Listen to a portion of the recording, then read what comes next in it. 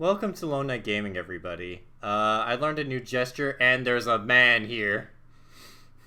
There's a man. Yeah, so basically, I was debating whether or not to go with one of the characters I beat in the game with, or beating a character I haven't beaten the game with. And considering that I haven't done New Game Plus in Elden Ring, I was kind of scared of doing this in New Game Plus. So here I am, mage build and all, talking to this knight.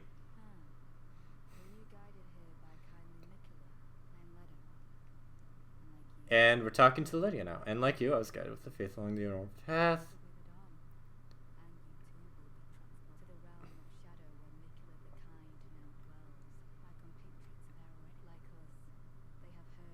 Michaela the Kind.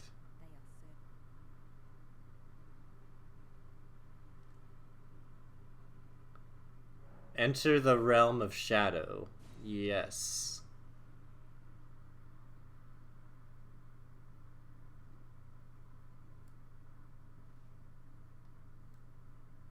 Oh.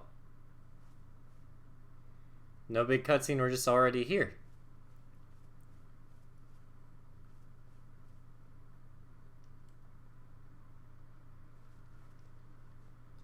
Oh, God.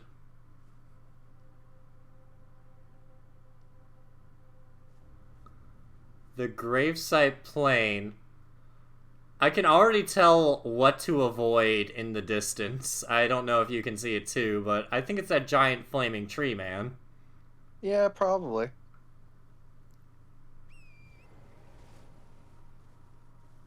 I don't know if that's a tree. It looks like a giant. Yeah, it's a giant flaming tree, man, because there's branches all around him. Oh, I can't see the branches from my screen. Yeah. Thanks, I mean, there, quality. there were fire giant enemies in the past, weren't there? There was one fire giant, Yeah, he was a boss. so that's probably a boss in the distance. And now we have the Rada fruit. The Rada Rada fruit. But still, I love that like you can immediately see like a possible like boss just the moment you enter this area. Also, the fact that the graves like vanish like ghosts is like aesthetic as fuck. Oh. Oh, yeah, and these are probably enemies. Yep. Hello, crow monster. Goodbye, crow monster. That's not a gargoyle at all. You're right. Is there anything important here? Just some guys. Oh, it's the grave from, oh. Oh, those are just sheep. Okay, I'm fine. Are they carnivorous sheep? No, they're not the golden sheeps that will roll around at the speed of sound. Got places to go, gotta follow your rainbow. I don't want to hear about the white flesh mushroom. Did did J.R.R. Tolkien come with that? The white flesh mushroom? You mean George R. R. Martin? George R. R. Martin. Yeah, I'm sorry. I got my Wrong R's mixed up. RR. Yep. Oh, well, time to hop off and time to fight. Yeah, Oh, two jeez. gargoyles. Ah, crap, I'm out of mana. You wouldn't hurt a man without mana, would you? Oh my god. That's a basic enemy, and it did 3/4 of my health.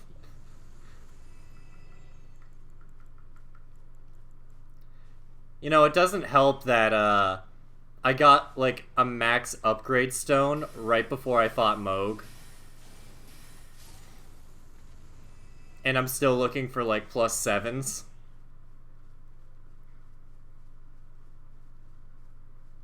So consider my confidence in check. And maybe I can enter that mausoleum. Maybe if I do like a kernel. If I do a solid snake sneak, I can go into the catacombs there. Bring this over. Yeah.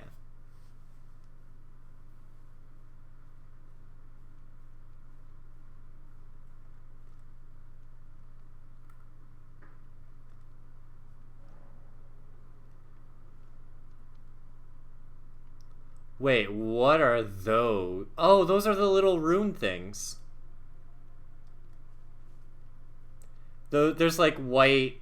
I don't know if you can see it because of the quality, but there's like white snake things. Yeah, I see him. Yeah. No, the quality's not Oh, bad. I'm just sitting like a little far away from my TV that I have this on. be wary of Lord, but try fleeing. So there's definitely something fucky down here. Didn't expect healing, huh? Oh, it's a knight. Oh, he has a Oh, gun. Oh no. he's got a gun.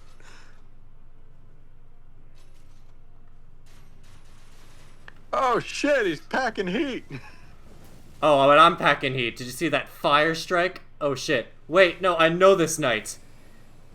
It's a Dark Souls knight. Black Jail Knight. I don't remember what his name is, but I think it's like Taurus or something. Oh my god, that's the Storm That, Veil. Oh, that's the Moonlight Greatsword. that would be very funny if they just included a Dark Souls like character as a cameo. No, it is. It's like Iron Shield whatever. I have to Google his name.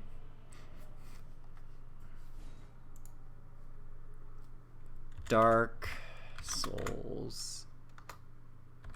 I think it's from 3.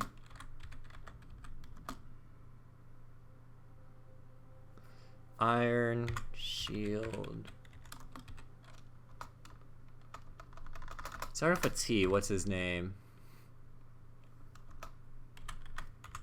I'll just Google Black Knight real quick. Sorry, this is like such a nerdy thing. I have to do it.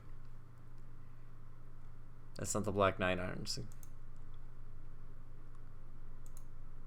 Oh, well, that's not going to help. I just realized that there literally are called Black Knights. I just can't remember.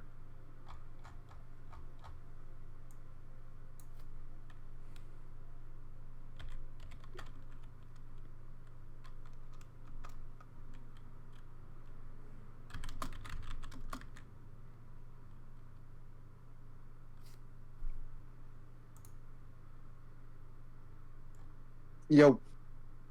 I cannot know. Oh, hey. I'm trying to remember what Dark Souls guy is in the basement. Oh no, sorry, that wasn't anyone joining the call. I was someone knocked on my door. Oh. You know, it's the best part because I can't hear any of the Discord notifications.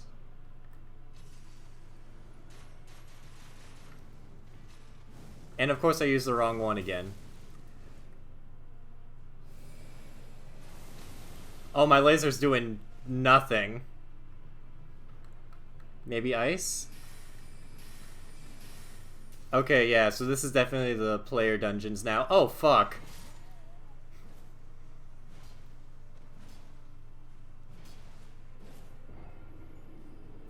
Maybe I should have leveled up before coming here.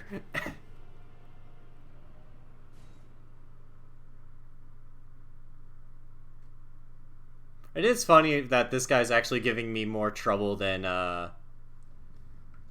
Moog my second time coming around.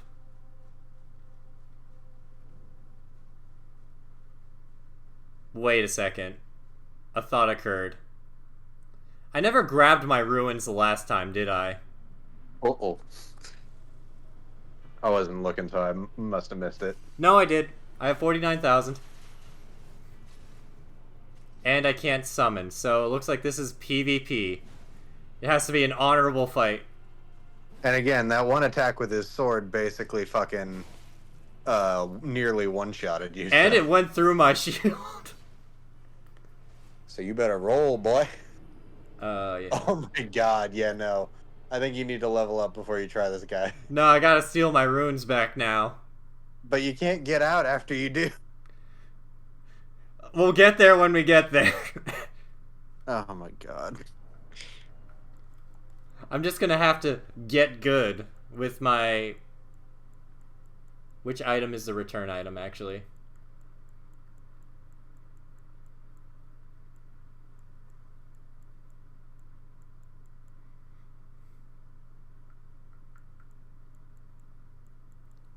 No, it's not the... It's not the Grace. 1 second. Oh, thanks for the follow, Ellen. God. Where is the item that allows you to warp?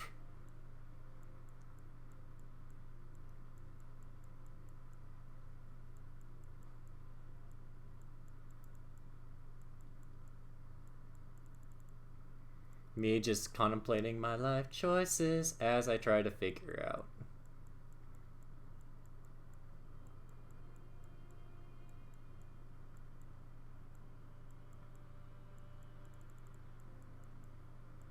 I don't think I have any of the item that actually lets me warp. That's not good if that's the case.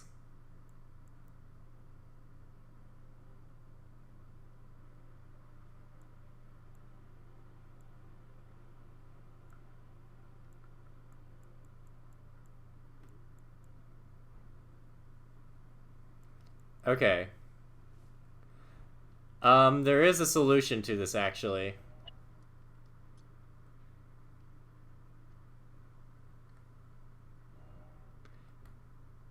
And that is coming back here later once I figure out what that item is.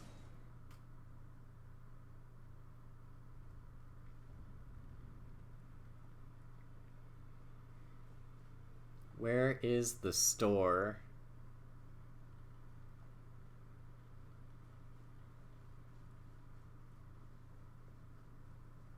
Oh no, I forgot this room is open.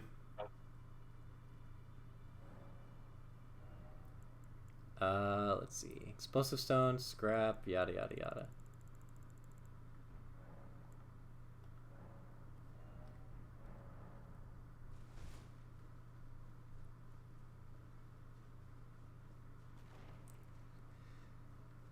I'm gonna have to equip a sacrificial twig. I actually don't know the item that allows me to leave without dying.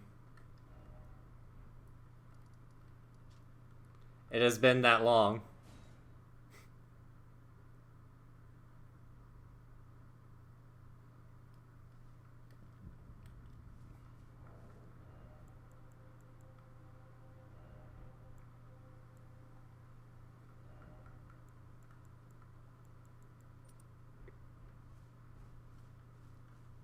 Alright, what do I press? What do I press?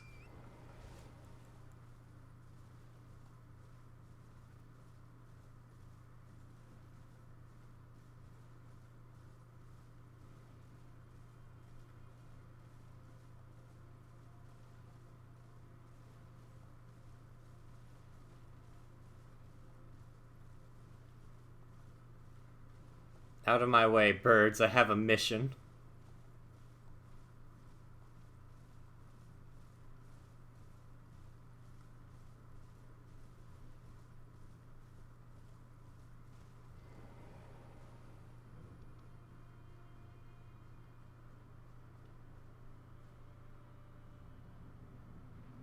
Ah, a worthy opponent.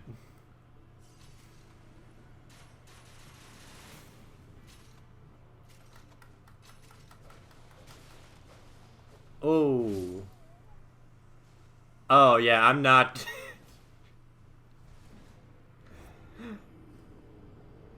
I am so... I'm so done. Yeah, I... Yep, nope. That's not happening today. I've literally been saying that you need to walk away for a bit and level up. Look, I got my runes. I just had to grab a sacrificial twig because I don't have enough runes to level up. Well then, give me one moment.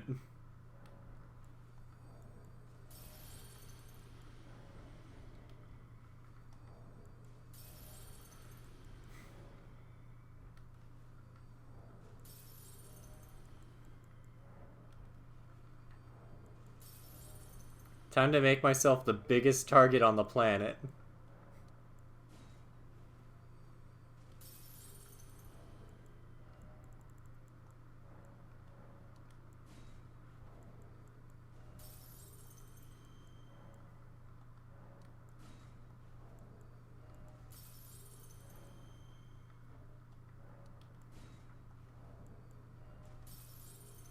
I'm gonna have so many ruins for like 5 seconds.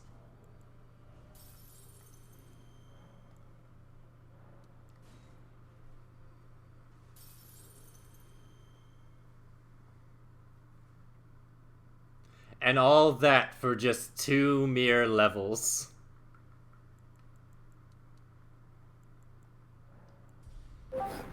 Hello. Hello. Kevin immediately tried to fight a boss that was able to basically one-shot him. I love that for you, Kevin.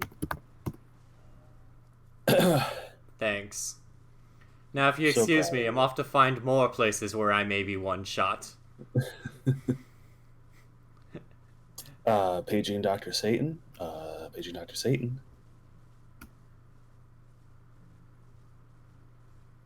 Please tell me Hercule Satan does not have a doctorate. No, Dr. Satan's a Rob Zombie thing. Dr. Satan! You have to say it like that. Of course.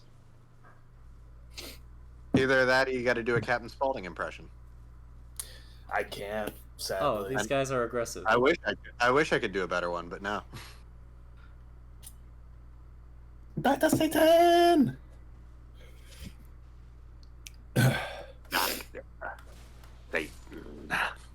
You know. That's as close to Spaulding like on his like Monsters and Mad Men tour as I can get.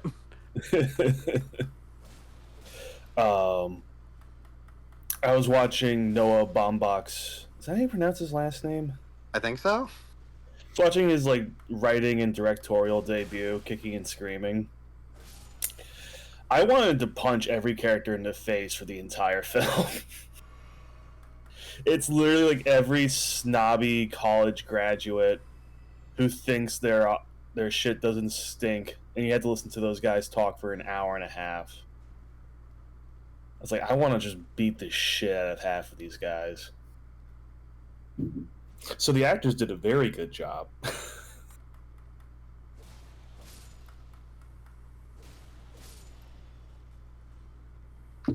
Nice. I just have... Yeah.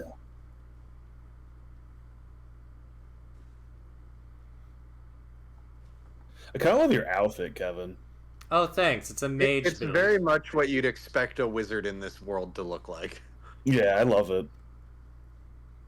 Yes. I do love my pointy hat. Well, you have to have one. It's required. Yeah, if you're gonna be a wizard, you gotta wear a pointy hat. It is Now, like... if you're going to be a grand wizard, Well, now you gotta be a little careful.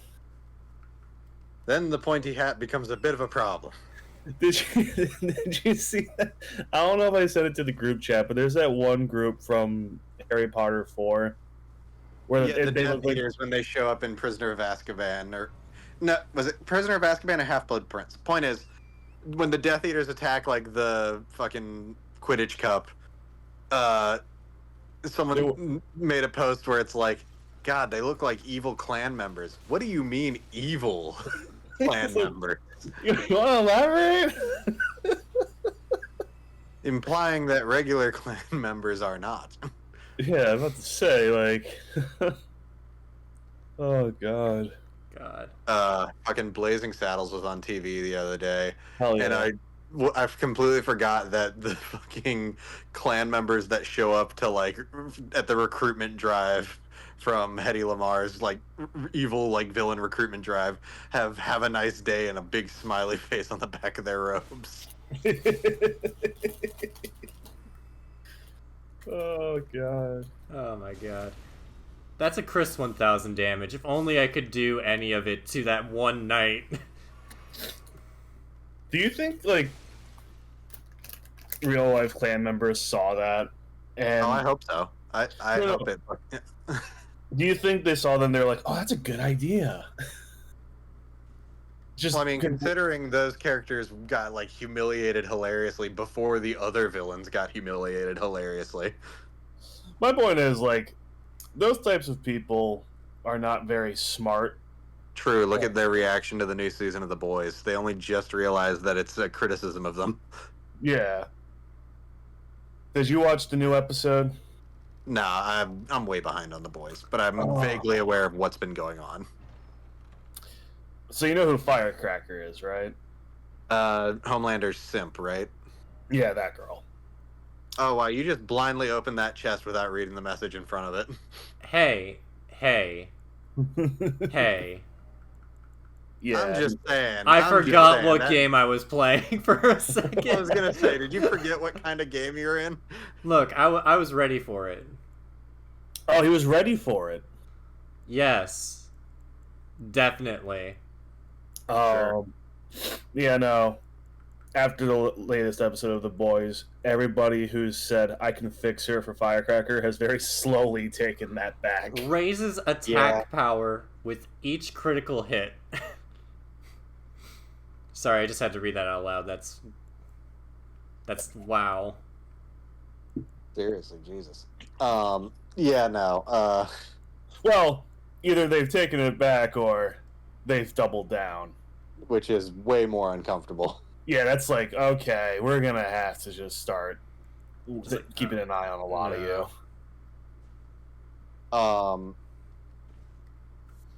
I will say, I guess in an interview they talked about how they like got rid of the whole Homelander clone bit Good. from the comics. Yeah. Good. And frankly, yeah, their explanation for it, which I really agree with, is like that's really fucking unsatisfying to suddenly say, oh yeah, the guy who's our villain the entire time, he wasn't actually doing all the evil shit. He's still the villain, but he wasn't doing the evil shit that we said he was. So It didn't really make sense, admittedly. No. Someone made a comment like, well, if you're going to make so many changes, then why even adapt the story? I'm like, well, that's what adaptations usually are. First off, just because they don't like they don't like all of the source material doesn't mean they don't think a good story can be told from it. Exactly. Like, look how much has been changed in the fucking MCU. Also, I do like that people are like, The Boys has become a big example of how there was a certain style of comics in around the 90s that was just ugly as sin. Yeah. Here's the thing. I get it. It was meant to look like that, and that's fine. Yeah, it was supposed to look grungy and like uber masculine. With the power of hindsight, it's ugly as shit. Yep. Oh my god, there's a bird. I mean, to be fair, in Garth Ennis and his artists. Oh yeah, so Tim, apparently half of these, like, there's a bunch of gargoyle bird statues on a lot of these structures, and half of them are actually enemies in disguise. Yeah, but the thing That's was, so I cool. opened the map at the wrong time, and then there was a bird. They just beat the shit out of him. Awesome. I got Just peck his eyes. to make it worse. I was on my horse, so I was like, I didn't even know, and I couldn't do anything about it. I will defend the ugly art for The Boys, not because I like it, but because I do think it's just... Look, Garth Ennis just doesn't like superheroes, so I think that's the point.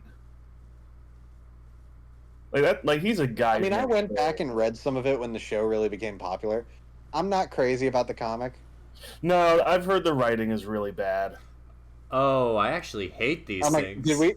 did we talk about the fact that with the new season, a bunch of people were convinced Mother's Milk got recast just because the actor shaved his beard? Yeah. That was funny as hell. Like, meanwhile, for a minute, I'm like, is that? I'm like, no, it is him. Oh, yeah, no, he's just doesn't have a beard. Are we really riding right towards that big fire? I mean, giant screw that it. we Why saw in the not? distance? I don't know where else to go yet. It's a whole brand new world, a You whole missed this, fantastic like, point of literally view. when he entered, Tim, when he it's entered this the guy. area to see that, like, Oh, when it he is entered the made up area of for the fire DLC, giants. You could see this guy in the distance. It's great. Oh dear my God, it's a Wicker god! Yeah. Oh my God, it's a Wicker Man. You didn't pick up on that as he was riding towards it? No, not until just now. Oh my God. I love it. It's awesome. He That was didn't even step on me. He amazing. stepped near me. The wow. shockwaves from him taking a step killed you. That's awesome. That's a great amazing. boss. And he's probably not even one of the stronger ones either. I am But no, so. again, the second he rode out into this area, for the DLC, you could see this guy in the distance. I thought that I was like great. this so far. This is cool. I like all the spectral graves all over this field. That's great, aesthetic. Oh yeah, no, this is awesome. See, that's the thing. I'm terrible at FromSoft games, so But God, I love the aesthetic. Yes. I love just looking at them. Oh, he has noticed me. Yeah, you did kind of ride right past him. Sorry, just the hat's so goofy. Look, Not goofy, it but like the is. way like it kind of flops when you ride it is just Ah, funny to me. yes, it's Letta, our new friend. Oh nope, it's a different Um, one. You know, I've caught up on my adventures with Superman. I've caught up with the boys. Yeah, it is funny watching like my adventures with Superman and My Hero Academia and being like, man, I love superheroes, and then going right into the boys. I Oh. mean, that's just the fact of the matter of going back and forth from actual like sincere superhero media to superhero satire. Yeah. So, I'm just gonna say this. There's a bunch of fragments that I can consume to mitigate less damage while in the Shadow World, apparently. So these Erdtree fragments, if I consume them, I bolster my blessing, which bolsters the recipient's abilities to deal damage and negate damage. So apparently, I'm supposed to eat all of these before I fight anything. That's fair. Are you friggin' kidding me? This golden message, this holy of holies, is Fortnite. I, Jack, I don't know if you would be proud of me, but I was playing Fortnite earlier, and Did you resist? I did, because I don't have money. For context, fucking multiple WWE skin sets are currently in the Fortnite store, and Tim has shown phenomenal restraint. But trust me, I thought about it, but I want to save money right now. I'm trying to remember. It was John Cena. Was it Rhea Ripley? And who was the third? No, it was John Cena, Bianca Belair, and Becky Lynch. It was Becky Lynch, not Rhea Ripley. Yeah. Oh, it's the man. The man. Thank you, Kevin, for remembering. I cannot get it out of my head now because that's man. just one of my favorite jokes now. No, what the fuck was it? No, so I got into the match, landed in one area, got jump scared by a random player hiding in a room waiting for me, who had a gold SMG ready, and I took him out, took the gold SMG, found another player, took him out. He was using the fully automatic shotgun. Oh, so he got the Oscars full auto shotgun. Oof. Yeah, and I'm like, oh my god. I came in 8th place. Yeah. For context, for those who don't play Fortnite, last season or the season before that, a full auto shotgun was an item you could regularly find in the game. On the current season, however, the only way to get one is you can get a legendary, or it's either legendary or mythic auto shotgun from an NPC named Oscar if you beat him in a fight. So being that that's the only full auto shotgun in the game, it becomes a lot more valuable and more powerful. Am I being stupid? Where are these shards that I'm supposed to find? I don't know. I'm supposed to eat the shards. But yeah, no, I think 4 different players came at me at the exact same time, and I just used a full auto shotgun to take him down. But yeah, no, as always with Fortnite, it was the fucking cards. I am an idiot. What do you realize? I have to spend them at the fireplace. Ah, Not the that would be- fireplace. We know what you meant. Okay, there's Revered and then there's Erdtree Blessing. So I have 1 Erdtree Blessing. I'm not taking on the Knight again, but I do want to note that. Now, real quick, Tim, do you think it would be too soon to talk about a certain thing in My Adventures with Superman involving a character whose name starts with K? Dude, it's been a week. All right, I'm just checking. Spoilers if Holy you shit! haven't. The but... reveal of the character that I think myself and a lot of other people assumed was Zod was Kara the whole time. Yeah, it was good. But no, I joked with Tim that I totally think her, because we know from promo art she's eventually gonna like get redemption, obviously, because she's fucking Supergirl, and she's gonna like get her her red and blue color scheme later down the road. I totally just am imagining her redemption in my head as just like Android 16 from Dragon Ball Z Abridged when he talks about like why he's come to appreciate Earth, and it's just like her going, "I've learned there is much beauty in this planet, from its people to its Jimmy, to its food, to its Jimmy." Jimmy pulling a fucking Krillin and Look, getting the look, Android 18. all with I'm the bill. saying is Jimmy Olsen has to be fucking riding high, because when a fucking alien overlord chick talks about how like fucking repulsive she finds your whole planet, but then looks at you and refers to you as a temptation, come on. God damn it. This isn't a trap. No, not at all. No. Totally won't Let's go slam in. shut behind you. Well, just keep going. You're fine. Yeah, yeah. Now there's something I need to rant about, because I already was going off about it in the chat. Real quick. Go I on. just want to say one thing. Kara was just full on Vegeta Viltrumite bullshit that episode. Well, first off, my personal theory is that Brainiac is egging her on. Oh, of course. That is 100% what's going on. Like Brainiac has like a fixation on continuing the concept of the Empire, and is totally just fucking like manipulating her. Yeah. Anyway. Course. Anyway. On to the other thing I've been losing my shit about all day. Universal, as they've been doing for the past couple months, has been slowly like putting out little videos talking about all the stuff coming in their new park in Orlando. They're opening next year, Epic Universe. They've been doing this one land at a time, like breaking down like what you can expect to find in each land. And today they put out the video for Dark Universe, the section of the park entirely themed around the Universal classic monsters. And I was already excited for this. Jesus Christ, that was overkill. I was already excited for this section of the park. Now it is basically my entire reason to go. Hell yeah. Basically, like, to break it down, they mostly talked about, among like other smaller offerings, the 2 dining locations it'll have and the 2 main rides it'll have. Dining locations were both very charming in concept. One's going to be a tavern for monster hunters, and the other's going to be a steakhouse run by Dracula's thralls. Hell yeah. With the place being called the Steakhouse, Stake. God damn it. Yeah. Now, the 2 rides are, the first one is a spinning coaster, those that can be found like in a few other places around the world. I don't know how prevalent they are in the US, so I think that's cool. We're getting a pretty major one, called Curse of the Werewolf.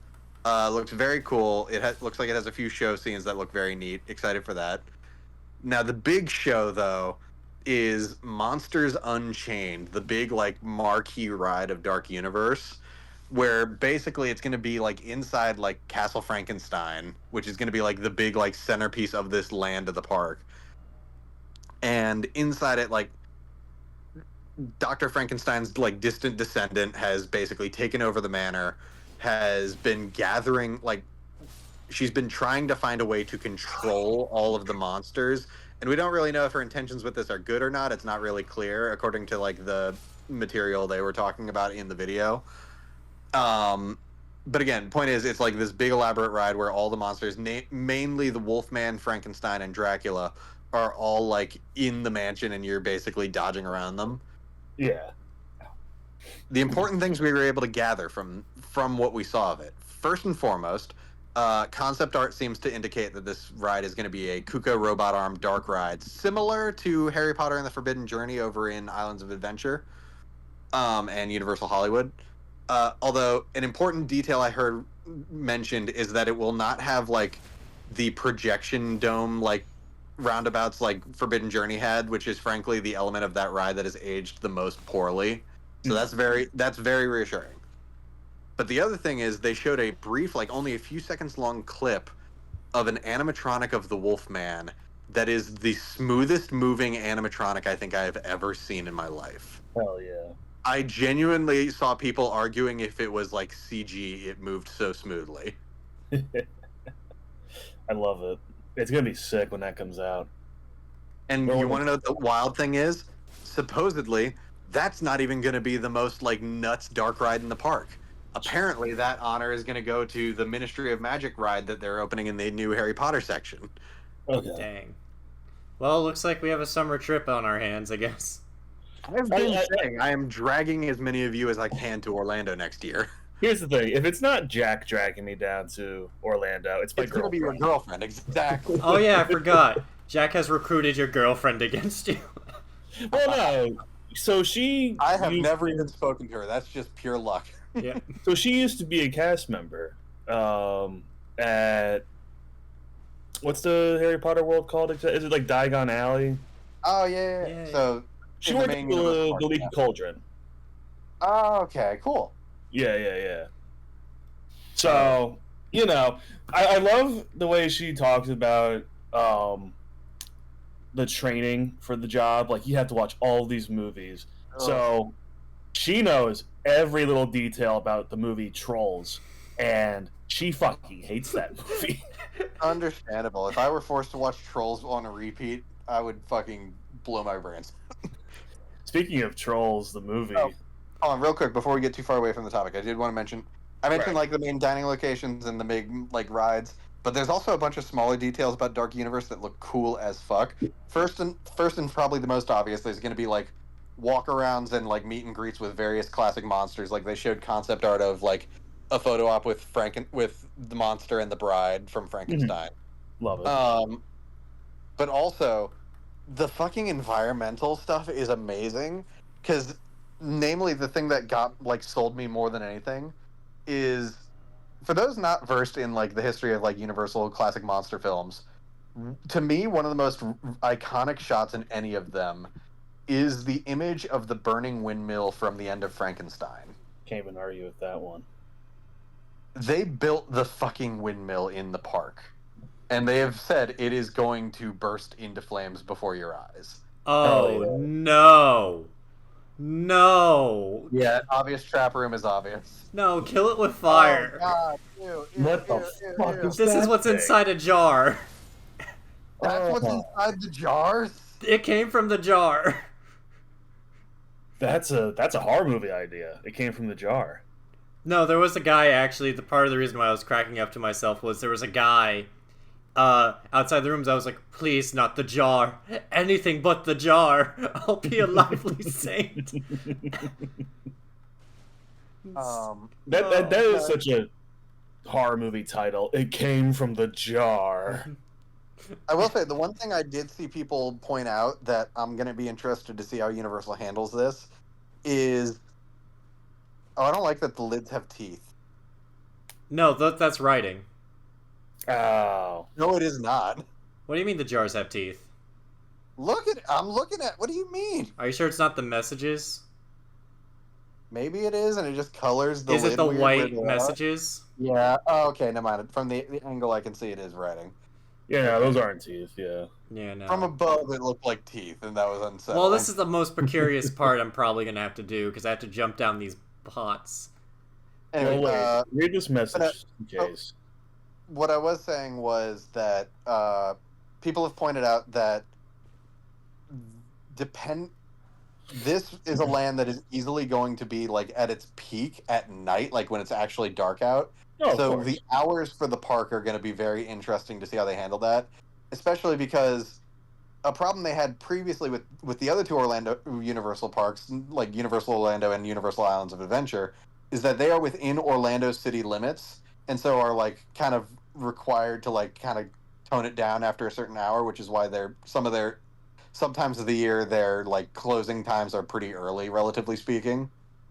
But Epic Universe is outside of those city limits. Oh, it's going to be interesting to see if they take advantage of that in that way. They got me. Well done. That's funny. Well done. Oh, they fucking baited your ass. Holy shit. That's awesome. I love that game design. That's fantastic. Yeah. I love that it spins like a top at you. It's like an evil Beyblade. Yeah. Let it rip. But just tricking you into dropping down on this fucker's head is hilarious. Yeah. Awesome. You got me. I forgot his name, but you got me. For those of you Oh who, no, it's have another not one of those. really have somehow not like heard of this place or heard my rants on it if you've watched our channel before. Oh god, so some of them are popping out of the jars now. That's unsettling. I'm so yeah, glad I didn't Universal eat is building anything before the show. Universal is building a third gate in Orlando, Ah. and its various lands are going to be, like I said, Dark Universe, Super Nintendo World, Hell yeah. How to Train Your Dragon Island of Berk, Neat. and Oh, Wizarding World Ministry of Magic. Who cares? And then the central area is going to be Celestial Park, which is like this big, like, again, celestial, like stars and space, like themed whole center area that looks really cool. Yeah. It's going to have a racing coaster called Stardust Racers. Well, like the movie Stardust. So apparently it was going to be the name of the coaster was going to be different, but they got fucking like sued because another like coaster or something uses that name already. Hold on. Nope, never mind. The movie Stardust was distributed by Paramount. Womp womp. I thought I had a clever little random movie to connect it to. Oh Nope. God, what the fuck did it just do before it died? I think it just launched its body limbs at me. I hate that we now know exactly Oh what's inside the jar. no! I see the big jar. Yeah, That's funny. that big jar is absolutely gonna come out, like gonna open up No. and like attack you. Just because I mentioned the movie Trolls really quick. Oh man, Trolls fans. Branch was in jail for a minute. No.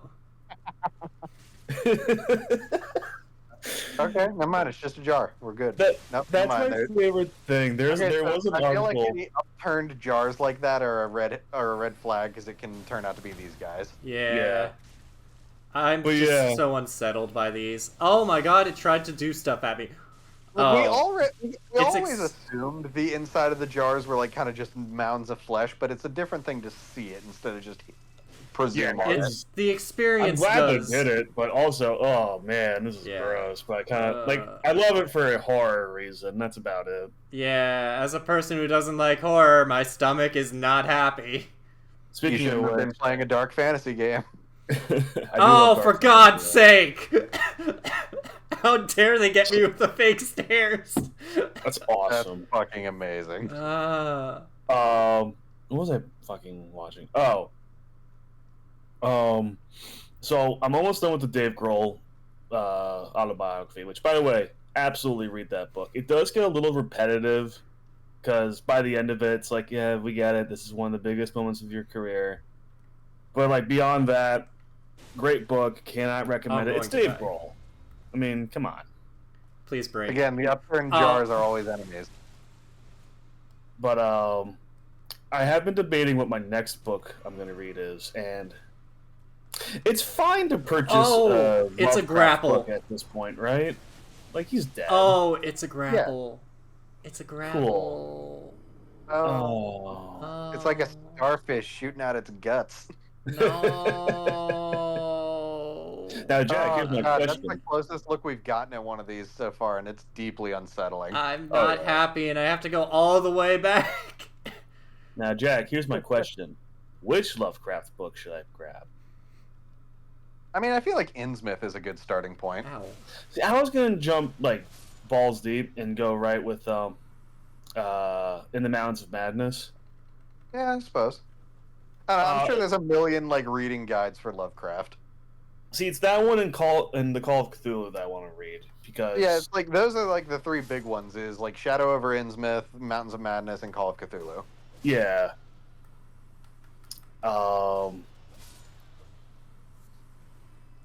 What's the Frankenstein ripoff? Reanimator. Yes. Actually, I want to read Color Out in Space too, just Whoops. because I feel like the movie can't really do the story justice because how can you depict a new color? Do it how the Discworld books did it. Say it's only perceivable by mages and cats, and its name is Octarine. Or they could I do like it. that name. Or they could do it like that one episode of Rick and Morty where like the ground is like perfectly level, and once you like step on it, you cannot comprehend anything as lovely ever again. Seriously. No, I mean, because I do think that's such a great idea for a psychological horror story. Like, yeah, how would you react if you saw a new color? That's such an insane concept. Yeah. Unironically though, like it's even the title of the book. One of Terry Pratchett's Discworld books is The Color of Magic, where in it explains that magic has a color. It's only perceivable by wizards and cats, and it's referred to as octarine. I love every little detail about that. Like from the name to who can see it, that's just the best.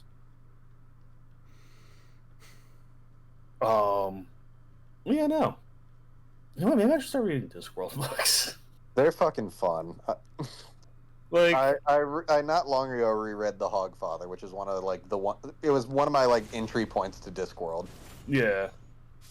I don't know. Like I very much also enjoy Guards if you want like where that gives you intro to the Night Watch of Ankh-Morpork. nice. All right. I'm trying to do a lifelong dream of having an actual like Little bookshelf. personal library, yeah.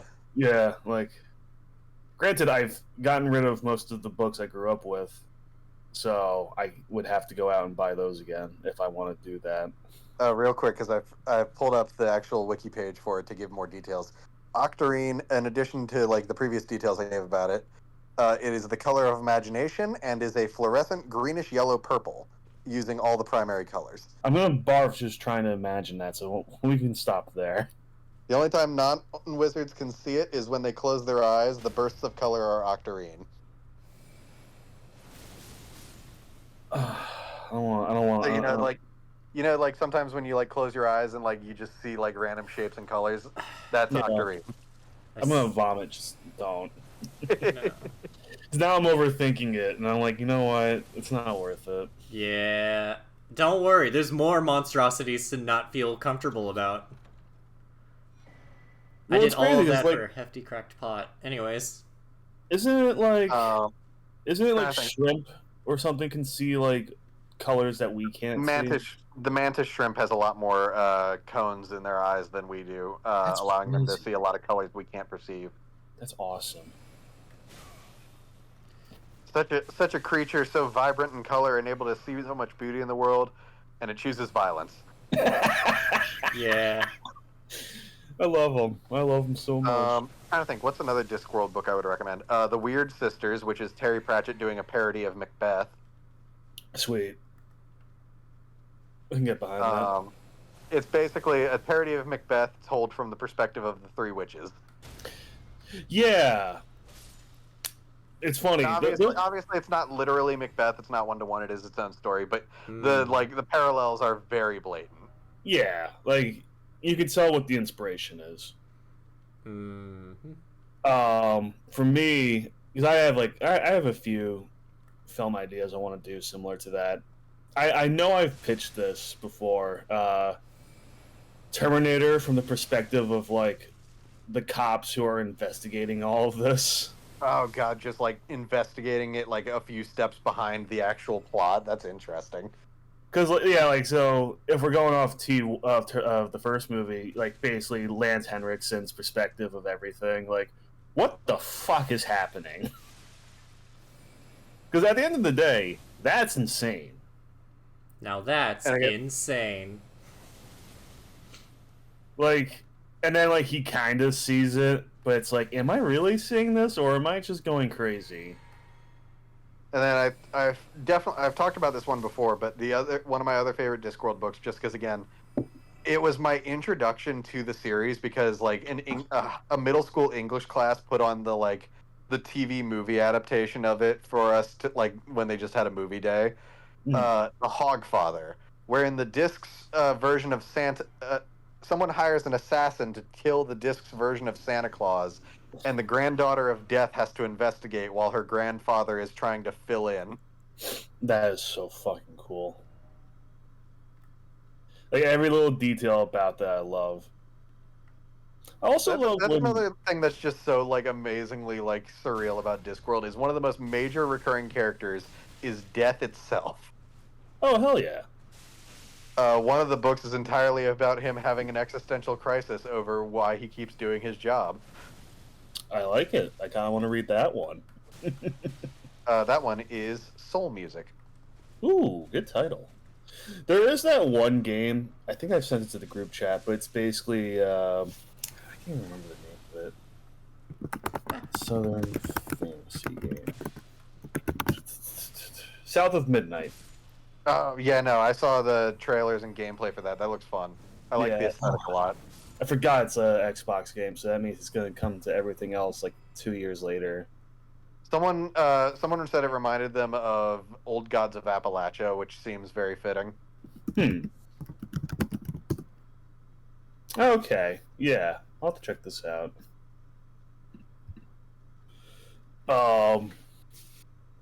Yeah, no. I love God, when this place is real quick. This environment Kevin's going through is just a nightmare because you know, pretty much all of these are almost guaranteed to have just like giant mounds of flesh inside. and it's all ready to kill you. How do I get up there? Oh no. Unclear. I see a jar cake. Oh my god! Well, I think I'm going the right way. If this giant mound of flesh attacking me means anything, it means I need love more how they just mana. kind of dive at you. That's like their one big move. No, they grab you and it one-shots you. Yeah, No, they no. should have that giant meat tendril to grab you and like eat you. Yeah, It's I'm like- not happy it's about like, the meat tendril. It's like the Oh my Mortal god! Oh my god! They're literally mollusks. They're human Oh, yeah. mollusks. The Kombat. jars are their shells. That's interesting. Yep. Oh, You that's win this deeply one. unsettling. So I'm writing a script based around the concept of the snail that follows you. Yeah, you And mentioned. there's a joke I want to write where after the initial reaction of freaking out seeing the snail, someone just goes, "Well, someone's molluskophobic," and it's just freeze frame and say, "Yes, I did have to Google this."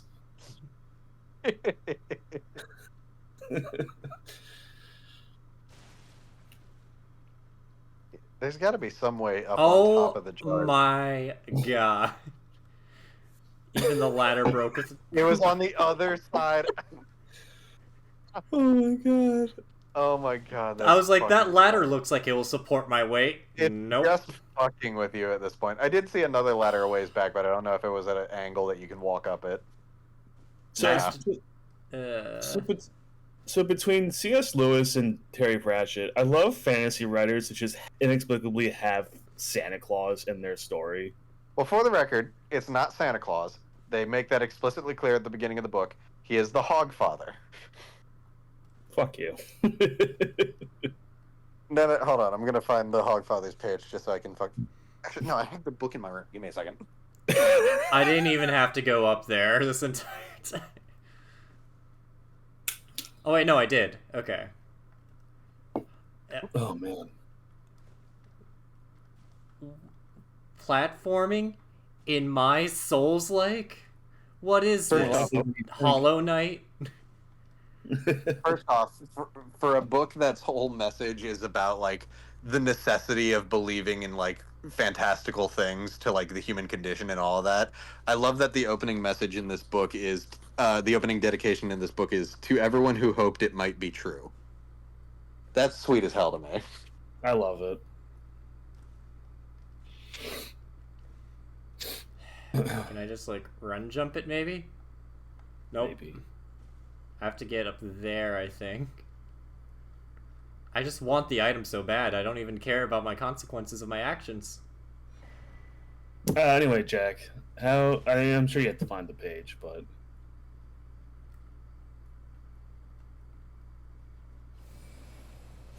Fucking... How thick are these pots? So, I think this is a great little like bit because again, the Hogfather's point, like beyond the actual story, was for Pratchett to muse on like the evolution of like folk tales and like the necessity of believing in fantastical things. Oh, son of a But it was bitch. much earlier. This isn't like the passage I was talking about, but I do think it's a great passage from the first page. But it was much earlier. Something began when the Guild of Assassins enrolled Mr. Teotime, who saw things differently from other people. And one of the ways he saw things differently from other people was in seeing other people as things. Later, Lord Downey of the Guild said, "We took pity on him because he'd lost both parents at an early age." I think that, on reflection, we should have wondered a bit more about that. But it was much earlier even than that when most people forgot that the very oldest stories are, sooner or later, about blood. Later on, they took the blood out to make the stories more acceptable to children. or or at least to the people who had to read them to the children rather than the children themselves, who on the whole are quite keen on blood provided it's being shed by the deserving. And and then wondered where the stories went. And earlier still, when something in the darkness of the deepest caves and gloomiest forests thought, what are they, these creatures? I will observe them. Also, after the whole, like, blood shed by the deserving thing, there's a little footnote. That is to say, those who deserve to shed blood, or possibly not, you never quite know with some kids. Oh, that's wholesome. They're just doing airplanes. They don't mind here. They're just having a good time. No. I can't find the specific page I was looking for, so I'm just going to pull up his No. Oh my god, no. Are you having fun, Kevin? No. Oh, good. Fuck. Going well. How am I alive?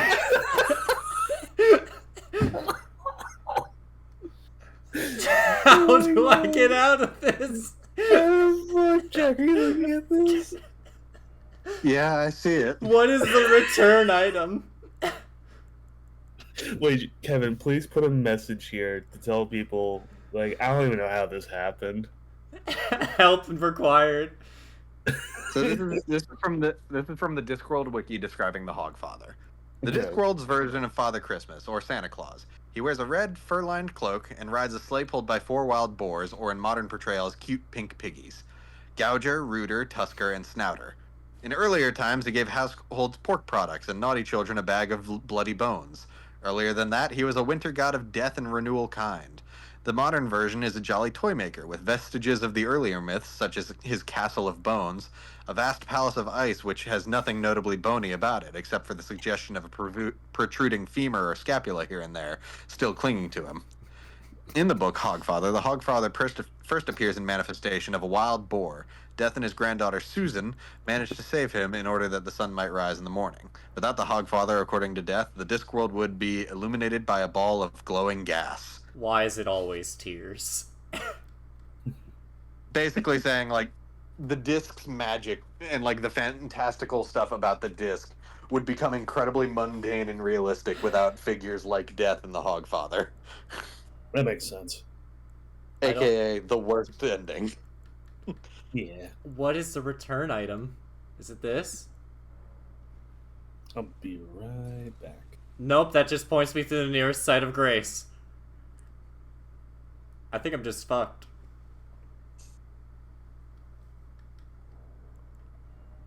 Well, there goes 93,000 ruins. Here we go.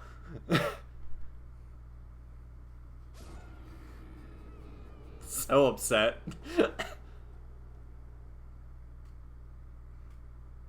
I'm gonna miss those 93,000 ruins, Jack.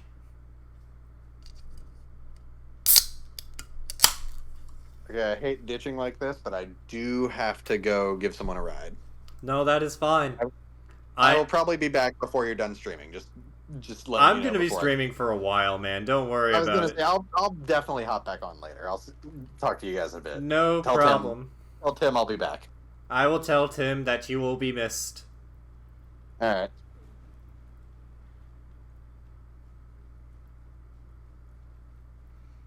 Thanks for the memory.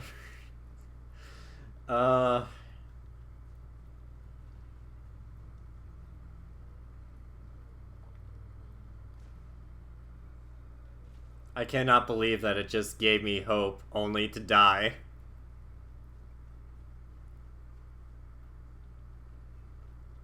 And also, I can't believe I missed that, like, I think that jar is an elevator, so I missed the shortcut. So not only did I get trapped in a place where, like... Oh my god, not only did I get trapped in a place where there was, like, no hope of escape, but... Ow. I cannot believe. I think Miyazaki. I think it's Miyazaki. I can't remember right now. I'm too upset.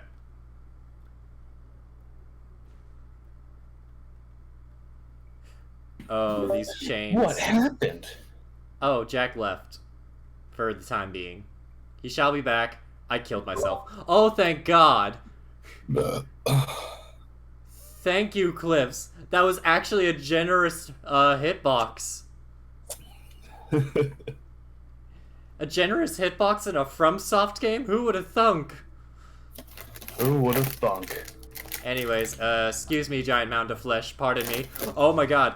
Oh no. Oh my God. Okay. Ah, that was almost terrible. I was in the wrong area in my head. Okay. Just gotta run past the jars of flesh. Ah! Ah! I don't think I've ever made that sound before, actually. Okay, past the giant mound of flesh. Where's the staircase?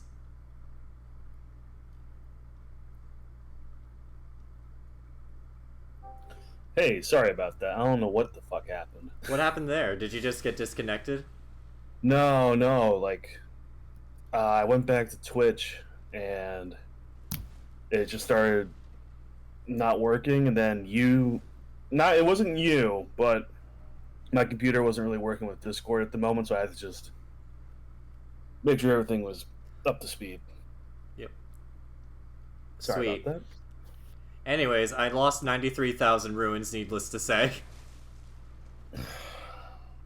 Because I don't know what the return item is. Oh, no. I am supposed to go this way.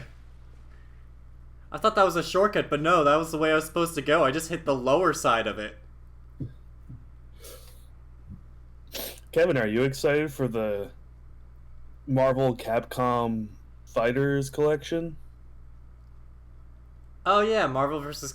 My brother used to, like, be a really big fan of Marvel vs. Capcom 2 in particular. It's a great game. Yeah. Great art style. Bullshit mechanics. One little guy can destroy the rest of the world. Oh my God. Gotta pass through this wall of farts. I'm fighting Yoda. Huh? I'm fighting Yoda. It's Oh like my a guy God, it is with Yoda. a frost lightsaber. He jumps around rapidly. You know what? I will revive at the stake of Marika. Frostbite, you died. Yes, I am not happy about Frostbite. Anyways, go, giant distraction man. Gonna grab these.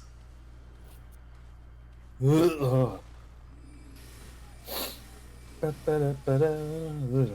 yeah. Oh, I'm excited God. for that. There was a lot of crap that was announced. Did we really talk about that at all? For the Nintendo Direct? Yeah, like the No, new Mario Luigi game looks good.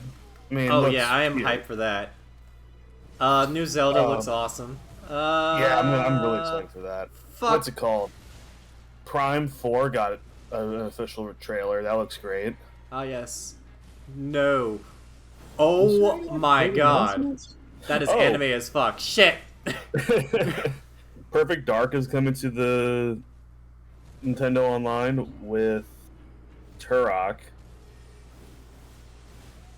Ah, Damn. yes. Is that guy's name Turok? I Turok, have no yeah. idea. No, I'm trying to remember. You see, there's a knight that like is very reminiscent to like a knight that was in Dark Souls 3, and I cannot for the life of me remember his name. Oh my God, he beat me to it. No, yeah. Turok, the fucking, he's a dinosaur guy. Yeah, yeah. Oh, I know. I'm familiar with the dinosaur guy. Sorry. Holy shit. You didn't even walk in there and he beat your ass. I literally took 2 steps and he was like, "No, fuck you and your magic shit." It's like, I'm sick of your shit. Yeah, no, I actually own Turok on the N64, and I played a bit of it. It's pretty good. No. The issue with a lot of FPS games on the N64 is that it's very awkward to control the camera. Yeah. Oh Well, god, Yoda's I got get it. boobs. I get it. Like, oh, N64 camera controllers. This is different. This is like, I don't even know how to explain it. Because if you didn't really grow up with those control schemes, it doesn't make any sense. What the whole Nintendo 64 is a designed garbage nightmare. Well, here's the thing: there's a lot of the games kind of had it figured out. Like, okay, the analog sticks for movement, and the camera buttons are dedicated for looking around. But then when it came to the first-person shooters, it was like, okay, up and down on the joystick is moving forward and backward. Okay. But left and right on the camera buttons is strafing left and right. Oh, so I mean, I didn't have that many souls, so I don't really care. And left and right on the joystick is looking left and right with the camera, but up and down on the camera buttons is looking up and down normal, which is so fucking it doesn't even make any sense in hindsight. Like, I don't even know how they messed that part up. Oh fuck, I need to stop doing that. He knows at this point. He knows I'm gonna walk in, summon my giant friend, and then he's gonna whoop my ass. Yeah. It is funny, because when GoldenEye was added to Xbox and also Nintendo Online, the Nintendo Online version has multiplayer, like online multiplayer, I should say, but it has the exact same control scheme as the N64. The Xbox version does not have online, but it has an updated control scheme to match with modern shooters. And oh my god, Kevin, GoldenEye with modern control schemes is beautiful. It's genuinely one of the most fun gaming experiences I've had. Yeah. It's like, oh my god, an actual normal control scheme. Oh fuck. Like, oh my god, that's like the one thing that kept that game from being a masterpiece. I have an idea. And don't tell me get good. Motherfuckers, I can play GoldenEye. Yeah. But the control scheme is garbo. Yeah. Yeah. I am going to change one of my talents. Yeah, good idea. I'm going to boost magical resistance. I have a feeling I'm going to need it against Yoda. I got a feeling that tonight is going to be a good night. Oh god. He has a grab attack too. Fuck. That's funny. That is too fucking funny. I hate this teleporting little gremlin, also known as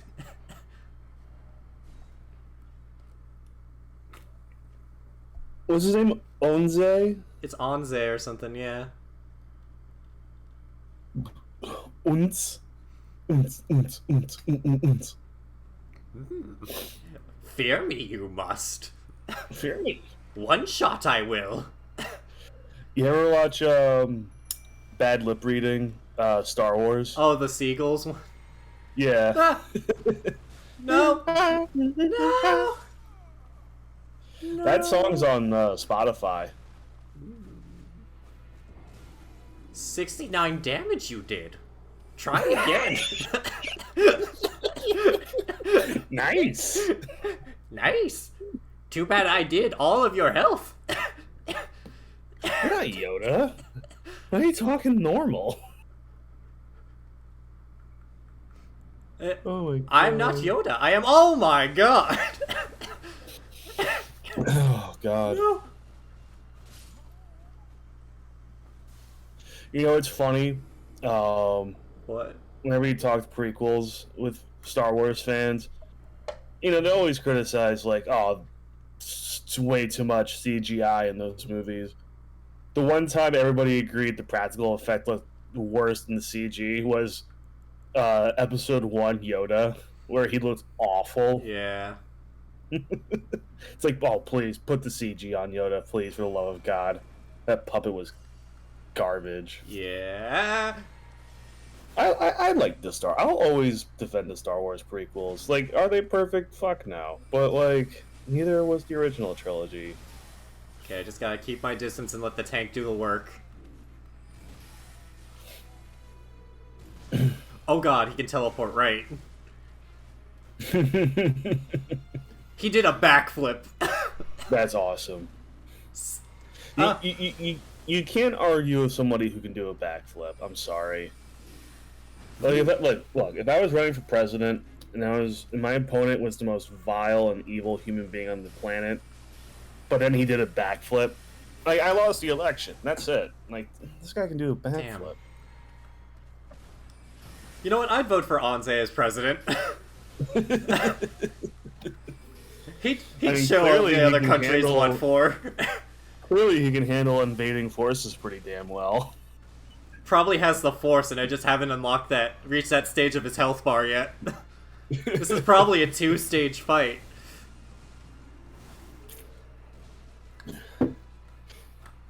Oh, I can backstab him. Yeah. Oh my god, I should have just been backstabbing this son of a bitch. Get him, wow. Pumpkin Man. What's that Kaiba quote? It's like, you're a first-rate duelist, the second-rate deck. This guy is not. Well, he's a first-rate duelist, as in he's top tier and fucked. Right. Oh, he does a cheer. The rankings are different. Oh. Right, my mistake. God. Demi-human Yosh. Yosh. Wait, I thought I fought Anze. Why is it Demi... I got the summon Demi-human Yosh, and you know that I'm upgrading the fuck out of him. No, it's like, you're a third-rate duelist with a fourth-rate deck. Yeah. Is that the line? Yeah, it's like, you're a third-rate... Yes, it's that. It's exactly that, I think. You're a first-rate duelist with a fourth-rate deck. Draw your last pathetic card. Which is appropriate, because we are in the Shadow Realm. So... Fucking Yu-Gi-Oh! It's so stupid. I will send you to the Shadow Realm. Oh, the Elden Ring DLC? That's very kind of you, Yugi. What? No. What? No, I'm sending you to hell. This is like 20 years before Yu-Gi-Oh! Before Yu-Gi-Oh! This is way before fucking Demon Souls. Oh yeah, those are my improved stats for the Shadow Realm. I see. I'm gonna give myself more health. Oh man. Anyway. Also, I know I call this Demon Souls. I don't care. Yeah. I actually haven't played Demon Souls. It is free now, though, so I could pick up Demon Souls Kevin. too. What? Kevin. What? The game associated with the title is Dead by Daylight.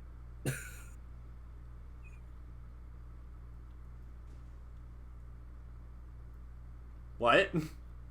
It doesn't say Elden Ring. It says Dead by Daylight. Did it not? One moment. Hold on. Son of a bitch! We're an hour and 4.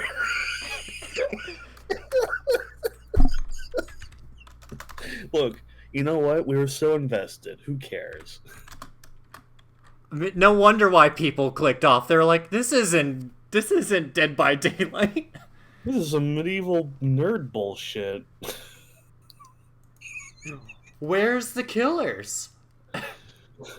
This is bullshit game no one gives a shit about. Who is this weeb with the magic fire sword?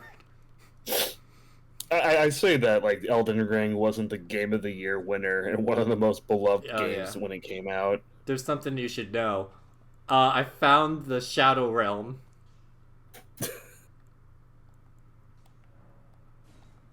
I'm upgrading the shit out of the Yosh. I don't care if I don't have enough runes. Yosh. Yosh.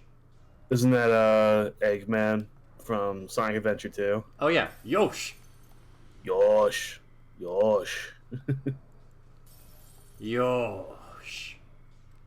Well, it's like whenever he like pets the Whenever he pets, jumps, or picks up things, he's always like Yosh. gosh. Maybe he just really likes Yoshi. But I mean, clearly not, because he's always competing against him at the Olympics. Well, that doesn't mean you hate Hey, somebody. you can compete against someone and have respect for them. Yeah, it's true. Olympics are gonna be next month. Oh, the Olympics are next month. That's right. Yeah, that's actually. I always get really excited for the Olympics, even though I've almost never watched them live. Oh, right. I can talk to Redmayne Freya. Yeah. Hey, I've mastered. Did you speak to our dour little friends?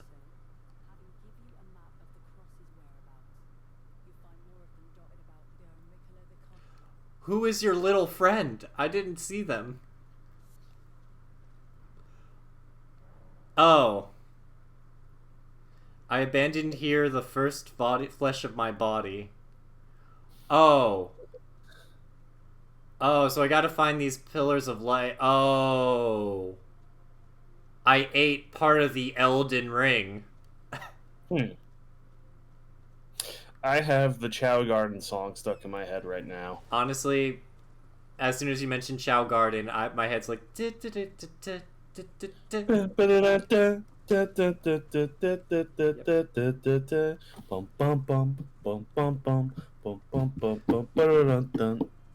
Cut to a giant like Chow being like, Michaela, I challenge thee. Just like a little sword and shield. Yeah. Ah, jeez. Oh, that Erdtree is messed up. Oh, it's madness infused. I really wish. I mean, I have Sonic Adventure 2 on GameCube, but I just don't have my GameCube plugged into anything. But I really wish that a lot of 3D Sonic games are a lot more easily accessible for modern platforms. Yeah, I mean, there's I know Generations is going to get a big re-release coming up, which is going to be awesome. Yeah, it's going to have Shadow. Yeah, I'm actually pretty excited All for hail that. Shadow. And here's the thing, though. I want to play Colors Remastered, but I hear it's fucking awful. I don't know. I think the remaster I hear is awful. The original game I've heard is very good. Oh yeah, no, I have the original. It's very good. From what I know, I saw the Game Grumps play it, and it wasn't as buggy as a mess as everybody has seemed to have pitched it. Okay. Oh god. I might check out Colors. Oh, I might have fucked up. Maybe. These guys seem very much tougher than expected, and there's a lot of them. Oh, there's a lot of them. I will say. You guys wouldn't mind if I just opened this real quick and then, yeah. Oh, a Fire Spark perfume bottle? Don't mind if I do. I'm just gonna fuck off. Don't mind me. How did you get away with that? I played, one of my favorite games is Persona 5. Of course I got away with it. Just play just play the escape theme, and of course I shall get away with it. Like this guy, probably a boss, but nope, I have a horse, so suck it. Firebook's cookbook? Who cares? Kevin, have you seen have you seen the D&D movie? I have not seen the D&D movie. You haven't seen Honor Amongst Thieves? Look, I really need to get a streaming service. There's so many things that people are like, you should watch, and then I'm like, okay, and then I just don't have any method of watching. Oh. First of all, that is a flaming death dog, and also, ow.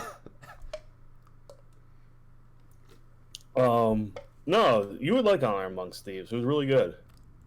You know what? I actually just want to do a D&D campaign, and then make... Yeah. Oh, that would actually be fun. If you have, like, a non-scripted movie, like, you have a world, and then the actors basically play out what happens based on dice rolls from D&D. Yeah. So I did it, so Will and I... Well, Will's doing a podcast where it's movie debates, which, like, yeah, I'll do that. That sounds fun. And he had me be on his side for defending the 2000s Dungeons and Dragons movie, which, before that, I didn't mind that movie too much. I'm like, oh yeah, that movie's not as bad as people have said. Yep. And then, having gone into the episode and then, like, looking back at the movie, I realized Oh, it's not as good as I gave it credit for. It's like, what have I done? What lies have Like, I hold on. bespoke? There are stuff. There is stuff in the movie that I think gets a little too much hate. I think Marlon Wayans in that movie is fine. I actually think his death in the movie, if his death in the movie is so well done, because in my head I'm like, okay, you just killed off your comedic relief. Now shit's getting real, Ah, yes. and then they kind of ruined it by bringing him back. Oh, that's just a one shot. Fuck me.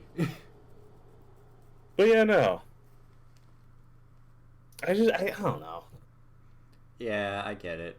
Also, Honor I Amongst Thieves is just like, to me, it feels like you're watching someone's D&D campaign very perfectly.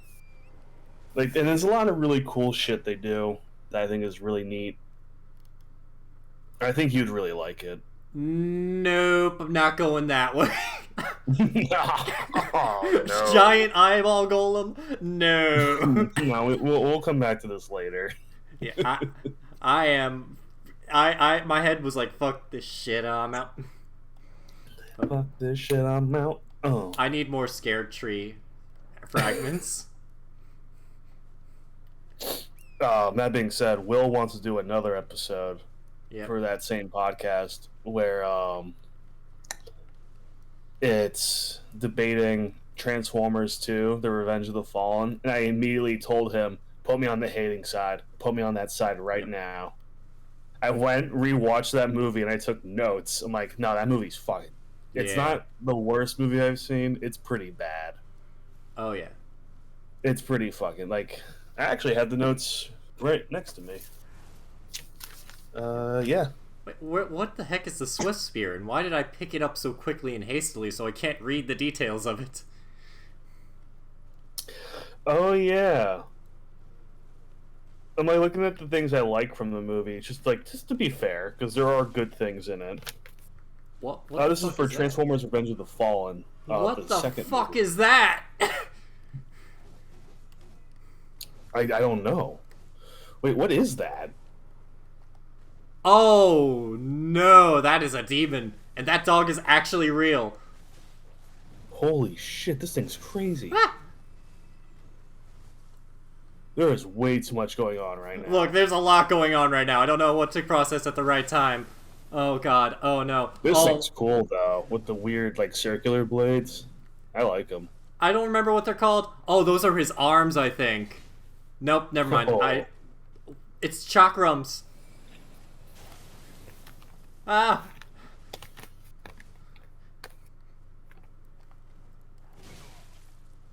Oh. My friend, God, my friend, God, my friend has my friend is Indian, and he's been saying, Chaka Day recently, but I Yeah. have no idea what that means. Why don't you ask him what it means? I keep forgetting, but he and his friends were like Chaka Day, and in my head it's like let's go, so I almost shouted Chaka Day as I was fighting this guy. I'm just like, oh no.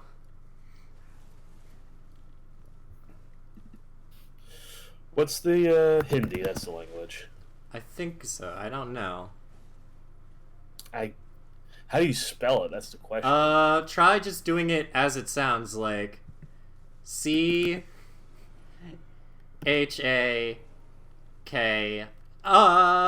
DEY, maybe. I don't have time to think. Yeah, I'm not getting anything out of that. Yeah. You'll have to ask him. I will. Ow. No, so anyway, here are the positives to Transformers: Revenge of the Fallen. The action still looks pretty good because it's a Michael Bay movie. It's gonna look Of good. course. Do you remember? How much do you remember from that movie? Oh my god, there is a lot. Actually, I remember from that movie. Let's see. Do you remember when he moves into his dorm room and there's already a Mountain Dew vending machine in the dorm room itself. You know what? That is a very, like, Ivy League thing to do. It's not, probably like, stolen. it's probably stolen, but like I remember seeing that, I'm like, that's so cool. What the fuck? It's so stupid, but I love it. That's such blatant product placement, but I appreciate it. There's that weird Decepticon. It's like a prawn, like a robotic prawn. Love him. And Tony Todd, who's the Candyman, Kevin. I know you don't. Tony Todd voiced Venom in Spider-Man 2, the game. Okay. He voices the Fallen. The Decepticon. Why did my controller vibrate? Don't worry about it. Anyway, that's one page for all the nice things I had to say about this movie. The rest of it is 2 pages long. The rest of it is why the hell is there a sex Decepticon? Oh, you talking about the Decepticon with ball sacks? No, the Decepticon that's a girl. Oh yeah, do I have that written down? 'Cause that is a thing I don't like about the movie. Yep, that weird horny robot. Hate that part of the movie, really do. Hello? Hello? No, sorry. There's a guy. There's a guy just like in massive pain around here somewhere, and I cannot find him. Probably because I'm discussing the things I hate about a Transformers movie from fucking 10 years ago. My arms, my legs, each tries a bloody rumen. Ah! Is it you? Are you the one in pain?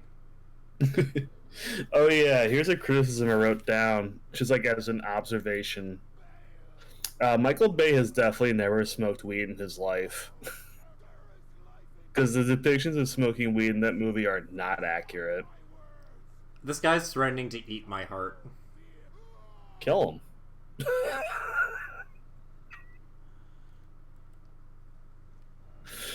That's such a fucking aggressive way to go about it.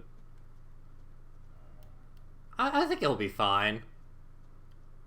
Just gets backstabbed like 50 times.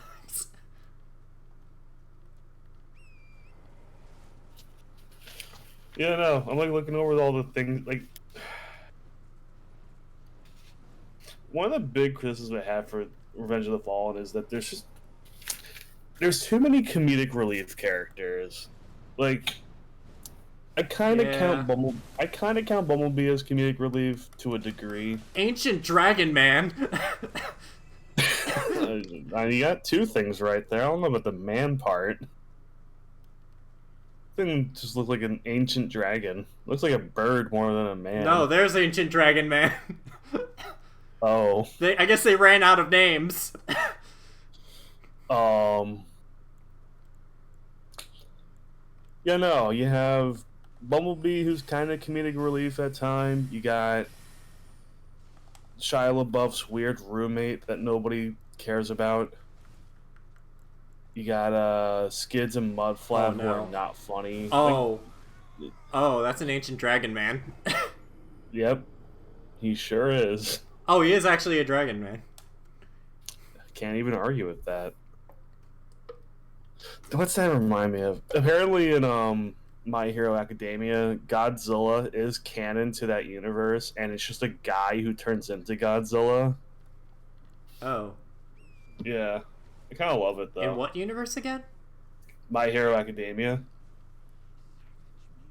They're both owned by Toho, I should preface. Or preface. Is it preface or preface? I never even thought to question that.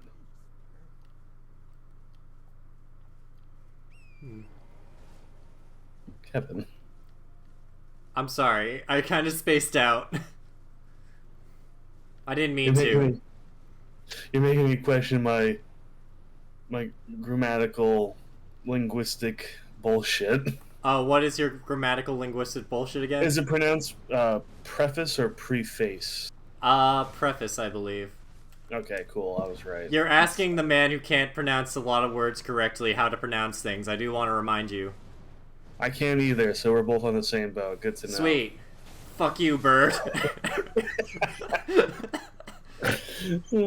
Dragon Man, come at me. Giga Chad Laser, go! Oh, he dodged man. it. No, he did Oh, damage. but I can't dodge. He keeps chomping me. Just like Champlain's mascot, he's Chompy. You mean Champy? Right. His name is Champy.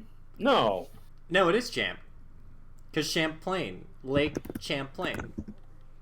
College. Now I'm going insane. His name's Chauncey.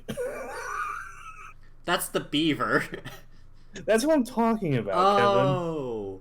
I'm sorry, I thought you were talking about the Loch Ness Monster mascot. My No, bad. no, that's Champ. The monster's name is Champ, yes. No, Chauncey. No, Chauncey. That's I right. would actually give FromSoft all of my money if the great Demon Lord Chauncey approached. It's just a fucking It's just a Champlain man in like a student. beaver outfit. Every attack is a one hit, no matter what. Yeah. Health bar is way too long. Fights with a telescope in his hand.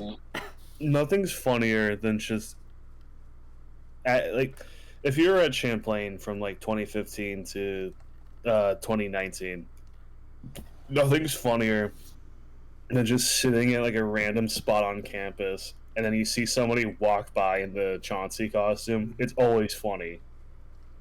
Because you're just minding your own business, going about your day, maybe eating lunch in between classes. And then here's some motherfucker in a full-on beaver mascot costume who just casually waves to you and walks away. Doesn't say anything. Just walks and waves. Something has killed this eagle recently. It wasn't me. I would love for you to like turn around and it's right behind you. The thing that Actually, killed where is it. Ancient Dragon Man? He's not here. Yeah, wait. I was about to say, didn't he kill you? He killed me twice. He should be Yeah, here. no. Where is he? Maybe I have to be on my horse? To quote the Mighty Mighty Boss Stones, where did you go? Were they like, you have failed too many times? And I'm like, I failed Nah, that's twice. ridiculous. I mean, it isn't. I wouldn't put it past FromSoft, but I there's know. the Death Bird. There's the pathetic crying old man. Why do you gotta say it like that? Because he went from like, I'm going to consume your heart to please no more.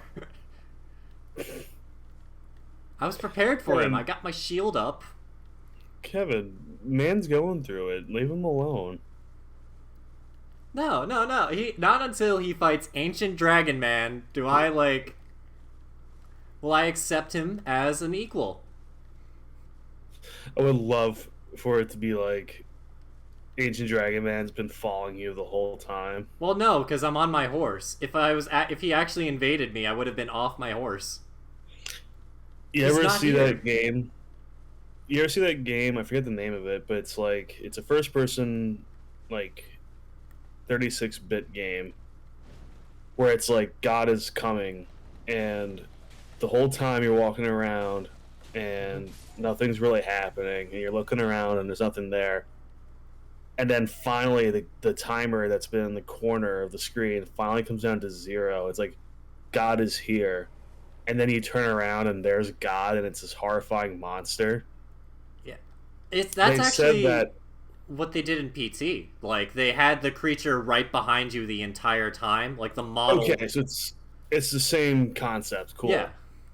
So they did the same thing in that game where the model's always following you, but once the timer hits a certain point, once you turn around, that's it. You're done. Yeah. I love that. I think that's awesome.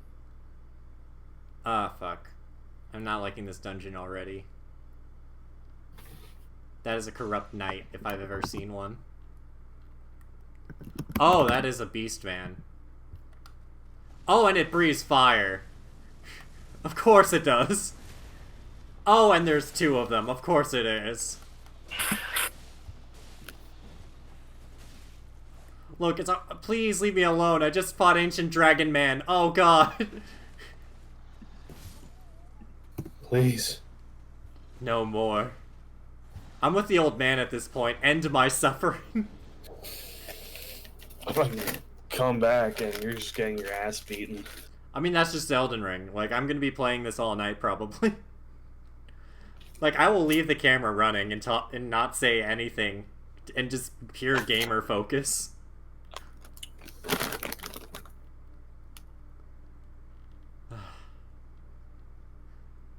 What the heck is it? Lycanthrope! Come at me! Oh, fuck. Well, he did exactly that.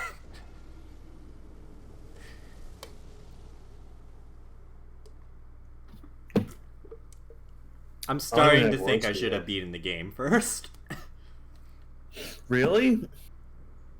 No, I mean, like, they were just like, get past Moog, and I'm like, okay. And to evidence this, I think most of the weight was carried by that player that helped me, because I beat Moog second try, and my flame blade is only +6.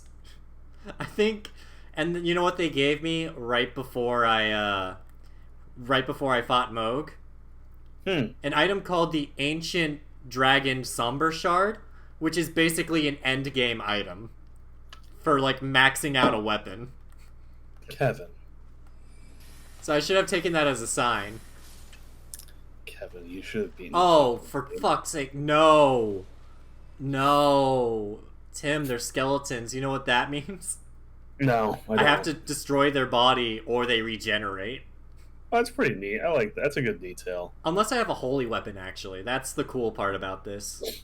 God, these fucking games are... No, there's a lot of thought and heart that goes into all of the enemy types here.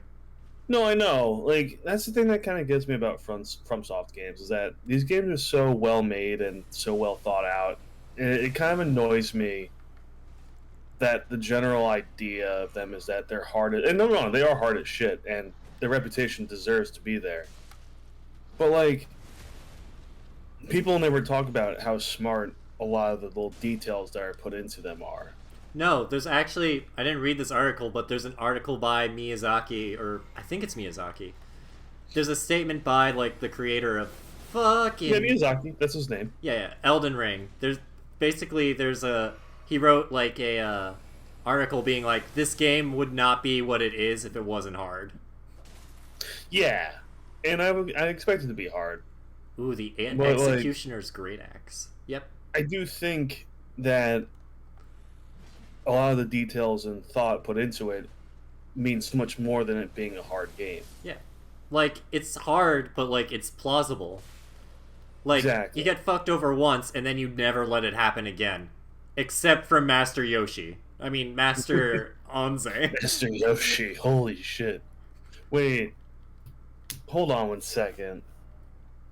What?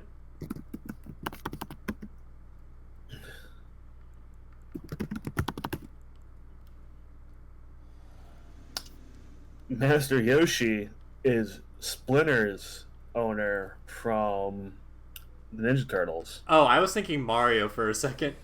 No. Well, his name is Hamato Yoshi, but I was... Hey. Hey, guys. I got a new job for you today. Oh, what is it? Helping Jared Fogle. Okay, you know what? Yeah. Anyways, you missed Ancient Dragon Man. Oh, fun. Literally, that's his name. He was a man that just bit into me twice and then ran away. Hey, Alan, for doing this little task for me, here you go. It's a little version of me, Alan. I made it just for you. Oh, well, I don't really want. Well, I'll take it, Alan, if you don't want it. Yeah, no, here. You know, it's your gift, man. You do what you want with it. You clever sons of bitches. It's funny, like, watching so much Smiling Friends and then going back to sick animation videos. It's like, oh yeah, okay, yeah, it's Mark.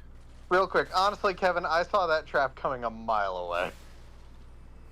Look, here's the thing. They were underground, and I was like, this can't be free. Still a giant burning pedestal with nothing in front of it. Yeah, but Jack, hear me out. I knew it was a trap. I didn't see where the trap was coming from. So I was like, what could this trap possibly be? And then I see them emerge from the ground.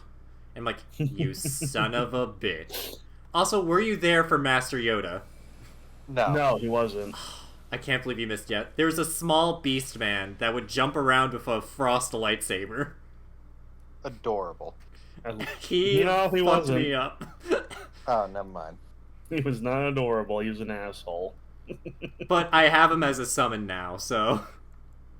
Alright, I am obligated to share this clip around anytime it comes through my feed. Hold on, it takes a second.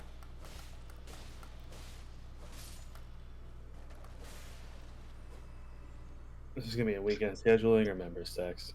Members text. It's Brennan Lee Mulligan reacting to people making fun of New York. Hold on, I'm gonna mute myself.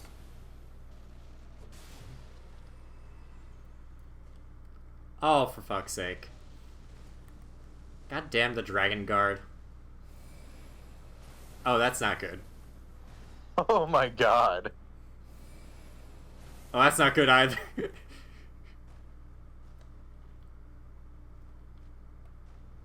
Come at me. Fucking called you out. Oh shit. Your fucking spells. Well, looks like I have to fight him man to man. Or at least man to bear skeleton man. And by man to man, I mean I'm gonna shove All this right, blade. hold up. As someone from the Jersey, New York area, chill, Brennan. It's Brennan Lee Mulligan. He doesn't know how. Damn. Chill. As someone who's spent a lot of time within the city, it's not special. Damn.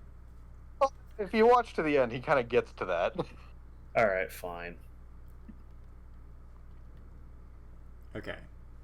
Well, time to do the old-fashioned mistake of running through everything and not caring.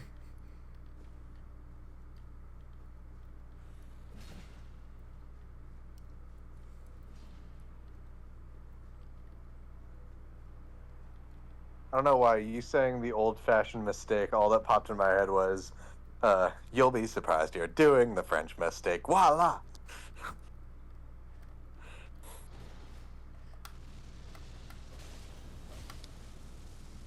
Come on, fall off the cliff. If only I were so fortunate.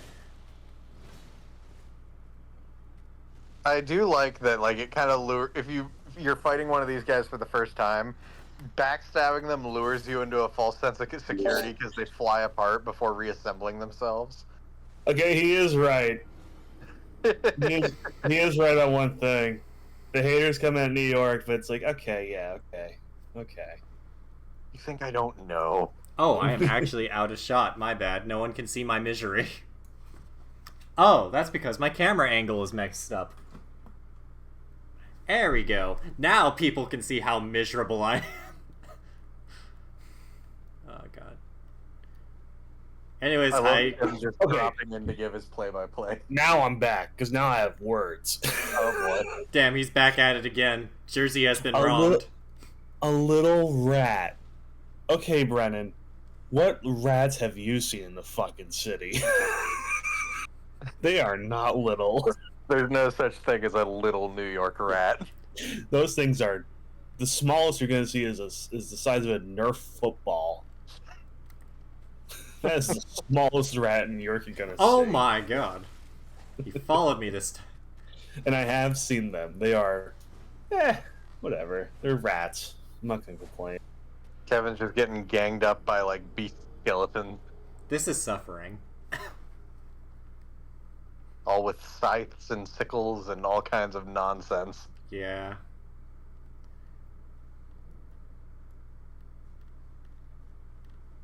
Also, it's been super friggin' hot up here in New England. Likewise down here. Yeah, no, it's fucking miserable. We don't. Yeah. It's not even like. The big problem is there's no fucking wind. I mean, like, also, my apartment doesn't have AC.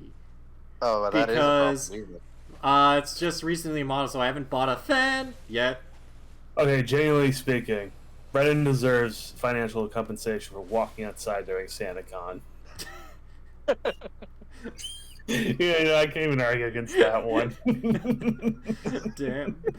Just out of nowhere, just like, yeah, SantaCon was, Oh boy.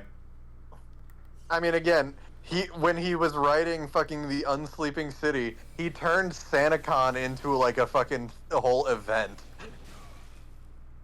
God, I love the Unsleeping City. It's one of my favorite D20 campaigns. Just because it's such a funny concept of just how can we apply D&D like functions to like actual New York City. Honestly, I would totally write a Like a Dragon Infinite Wealth Like a Dragon Infinite Wealth style campaign for D&D. All right, now I have real words. Wow, You it's an went to emotional LA, son roller of a coaster with fucking you. bitch. Hold on, say again, Tim. You went to LA, you son of a bitch. How dare you say anything? Because I had to get out of there. That's the Fuck funniest LA. way you could have ended that. Fuck LA. I hate that city so much. Like, Uh, he's like, you know, Jack, you I know think me. I think that's the joke. Is that's like the transplant to LA's like excuse for why they don't live in New York anymore. Because, like, look, I hate Philly. And especially right now, Philly's not great. But, like, oh, man, I'd rather be in Philly than LA. Holy shit. Um, You know me. That's rough. yeah. Um, God, that was fucking hilarious. Just the emotional roller coaster of you coming in and out to like speak your thoughts.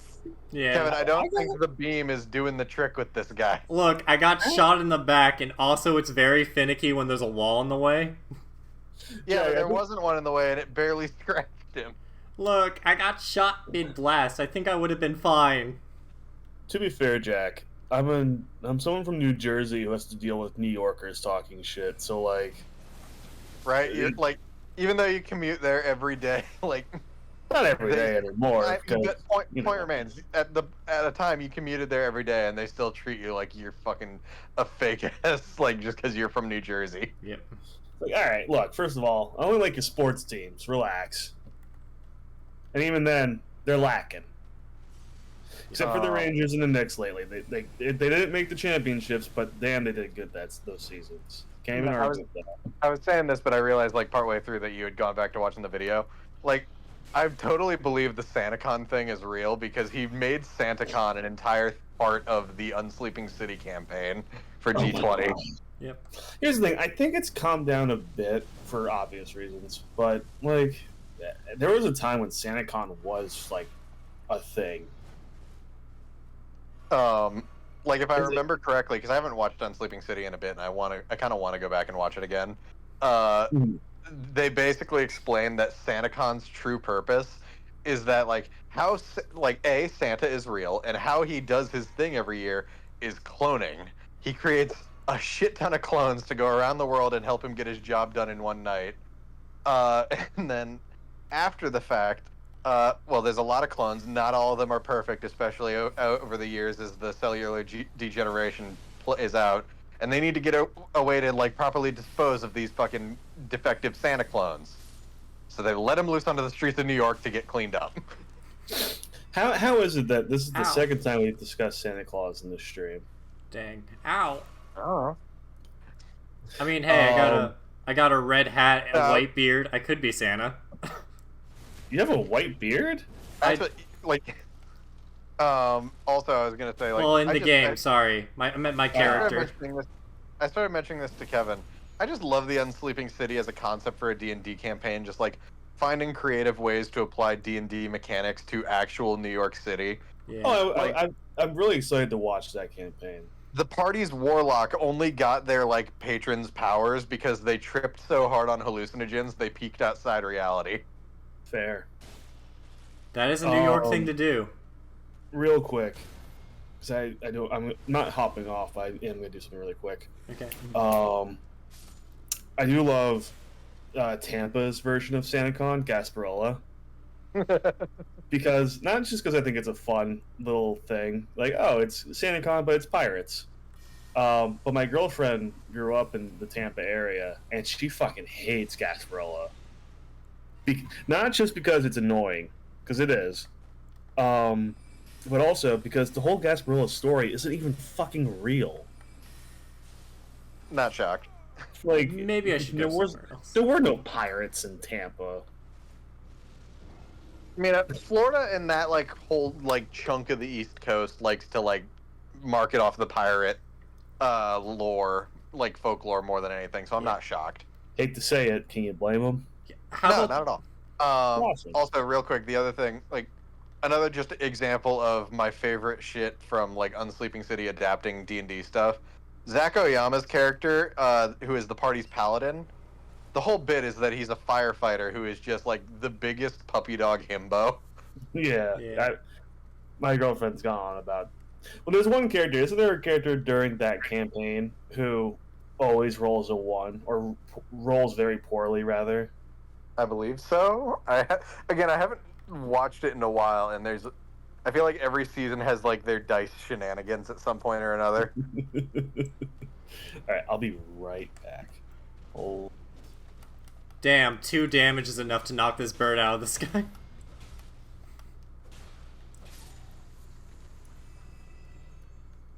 But yeah, no, I would love to write a D&D campaign that's like a Dragon, Yakuza, Infinite Wealth sort of like thing where it's like real life things written in classes. Why is this bird dying?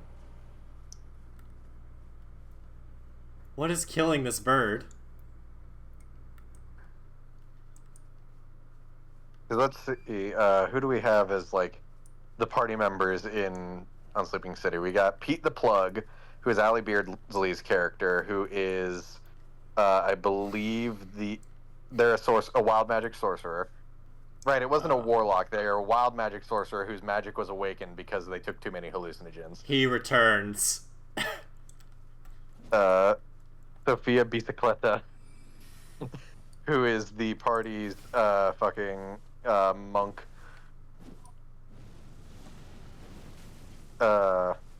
Riki Matsui, who is Zach Oyama's character, the firefighter paladin. Oh fuck. I didn't heal in time. Lou Wilson's character, Kingston Brown, who is the party cleric.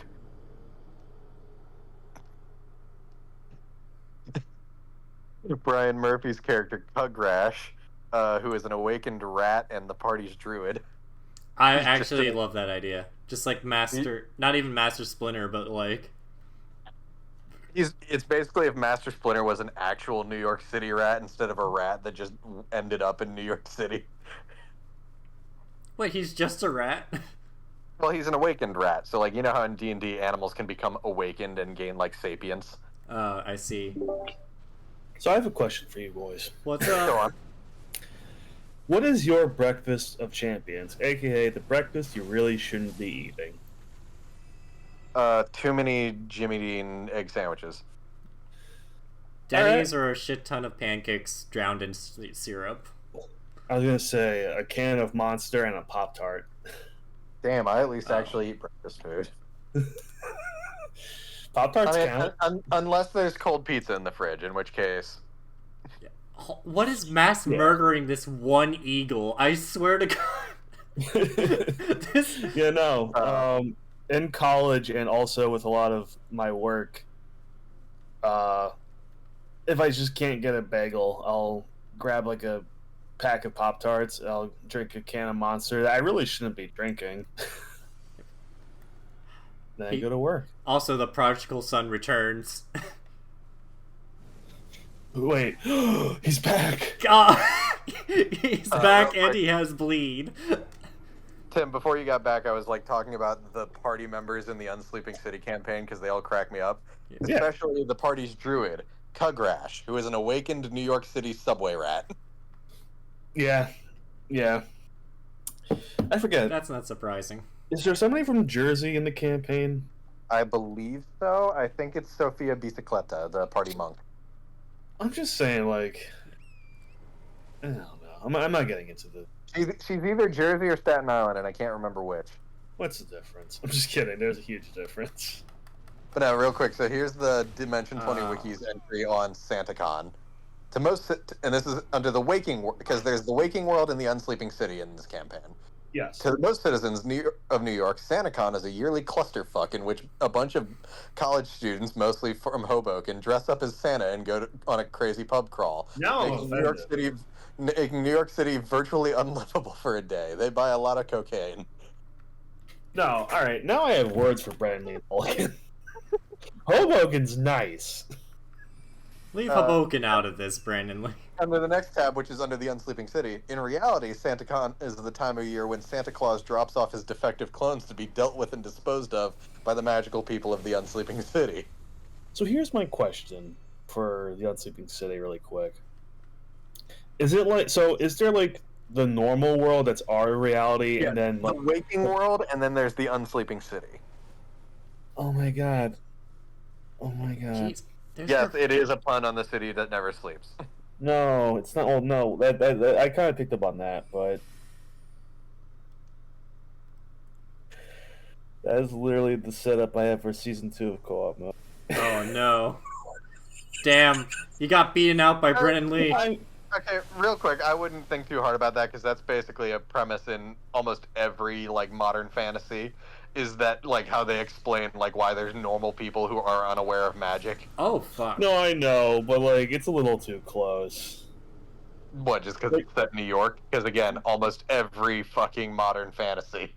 No, please. I think I'm trying to have co-op mode stay close to the Vermont, Montreal location. Just to spice it up, and also because I already filmed the pilot there. Fair enough. Yes. All right, but now, so one of my favorite like bits from early in the Unsleeping City campaign is when Zach's character Ricky Matsui, the firefighter paladin, like when they first rescue Santa from the defective clones, and like he just is unflinchingly like, "Hi, Santa," and he's just like, "Ricky, you don't seem surprised to see me, like." I know I'm real, but was there never like a period of time where you didn't think maybe I was real? No, I mean, no, because like you're so nice, and how could you not be real? Like again, that's just the perfect characterization of Ricky. Wait a second, I just had a thought about this in terms of like Santa clones.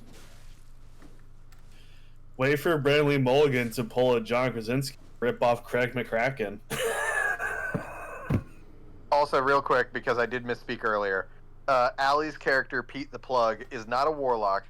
They are a sorcerer a wild magic sorcerer whose magic awakened because they took too many hallucinogens.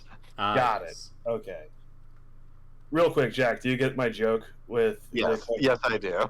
Because for those who don't know, in Foster's Home for Imaginary Friends, it is canon that not only is Santa real, but kids who don't know he's real imagine Santa Claus anyway. Oh. Which I think is just wonderful.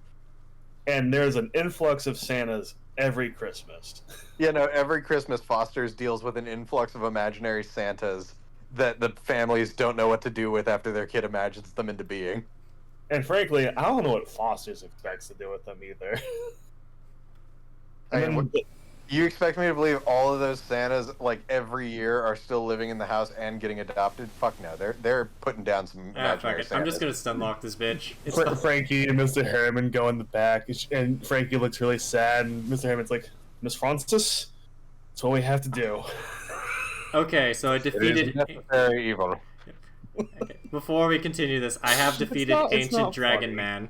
I was gonna say that guy was kicking your ass. He was kicking my ass until I decided, fuck it, I'm gonna stunlock him with a laser. I'm sorry, Kevin. I didn't mean to take away from that. No, it's fine. I do appreciate it, because you should have taken away from it, because literally I just stood there, wait for him to get up, shot the laser at him, and repeated until he died. You know what, Jack? I just realized Santa probably takes those imaginary Santas to the North Pole. That is the happy ending, yes. That's the happy ending, and I think it's the most realistic answer. Have you heard the reason he came up with the show, Craig McCracken? No, actually. Him and what's her name? What's his wife's name? Lauren Faust. I think. I don't know. Yeah, they went. They were adopting a puppy from the pound, and he saw the other dogs that weren't getting adopted. He's like, "Oh, this is so cute. Let's do like a show about that." And then he just let his imagination get away from him. So I don't know if you saw this. Apparently, there's like gonna be a new Foster's spin-off show meant for like young kids. Which is great. I think that's a good idea. Yeah. It's just funny that their teacher is going to be Blue. Like, the biggest piece of shit in the world. He's grown and learned. Has he? I'm not gonna dignify that question with an answer now, actually. Because he's Blue, like from no, not from beginning, because he was actually taller. I do love the like the unspoken premise of Foster's is that Mac is not a very creative kid because his imaginary friend is just a blue blob that he named after the color it is. Yeah. Well, like everybody loves him. Like every kid wants to have Blue as their imaginary friend, which is funny because Blue is a dipshit. He's the worst person in the world. Again, he kind of represents like all of the like immature impulses of a kid Mac's age. Also, yes, his first name is very lame, but his name is Bluegar Q Kazoo. Yeah, okay. The full name is very fun. Here's the question: what's the Q stand for? Maybe it's just QUE. Hold on. Also, I should point out, Foster's Fun Time for Imaginary Friends, which is the name of the spinoff, is still being made by Craig McCracken. Like this isn't Cartoon Network stealing the IP and like running with it. So, fun fact: there is no answer for what his middle name actually is. The Q is there just to be quirky. That's what it stands for. It stands for quirky. Mm-hmm. Also, these birds are now charged with a magical power. Okay. You get to pick one friend from Foster's, and which one do you pick, and why is it Coco? Coco's backstory like is so fucking depressing. Yeah. Well, I don't think they ever explicitly state it in the text, but Craig McCracken, I think, has gone on record saying that her design is basically like it spells out her backstory, where she was the imaginary friend of a child who got stranded on an island after a plane crash. And so Coco's body is made up of all the things the child remembered seeing on the island, namely palm trees and the wreck of the plane. And so her imaginary friend was well, no, I think the kid survived, for the record. But because the imaginary friend she came up with, she wished for someone who could give her everything she needed, which is why Coco has the ability to lay eggs with random items inside. But then when time came, Coco got left behind. Well, yeah, no, Coco, it's still kind of sad because Coco did eventually, like, end up at Foster's, but I do believe Craig did say at some point that the little girl is fine. Well, here's my question, because we know... Did they explain why Eduardo's owner just let go of him? I don't remember.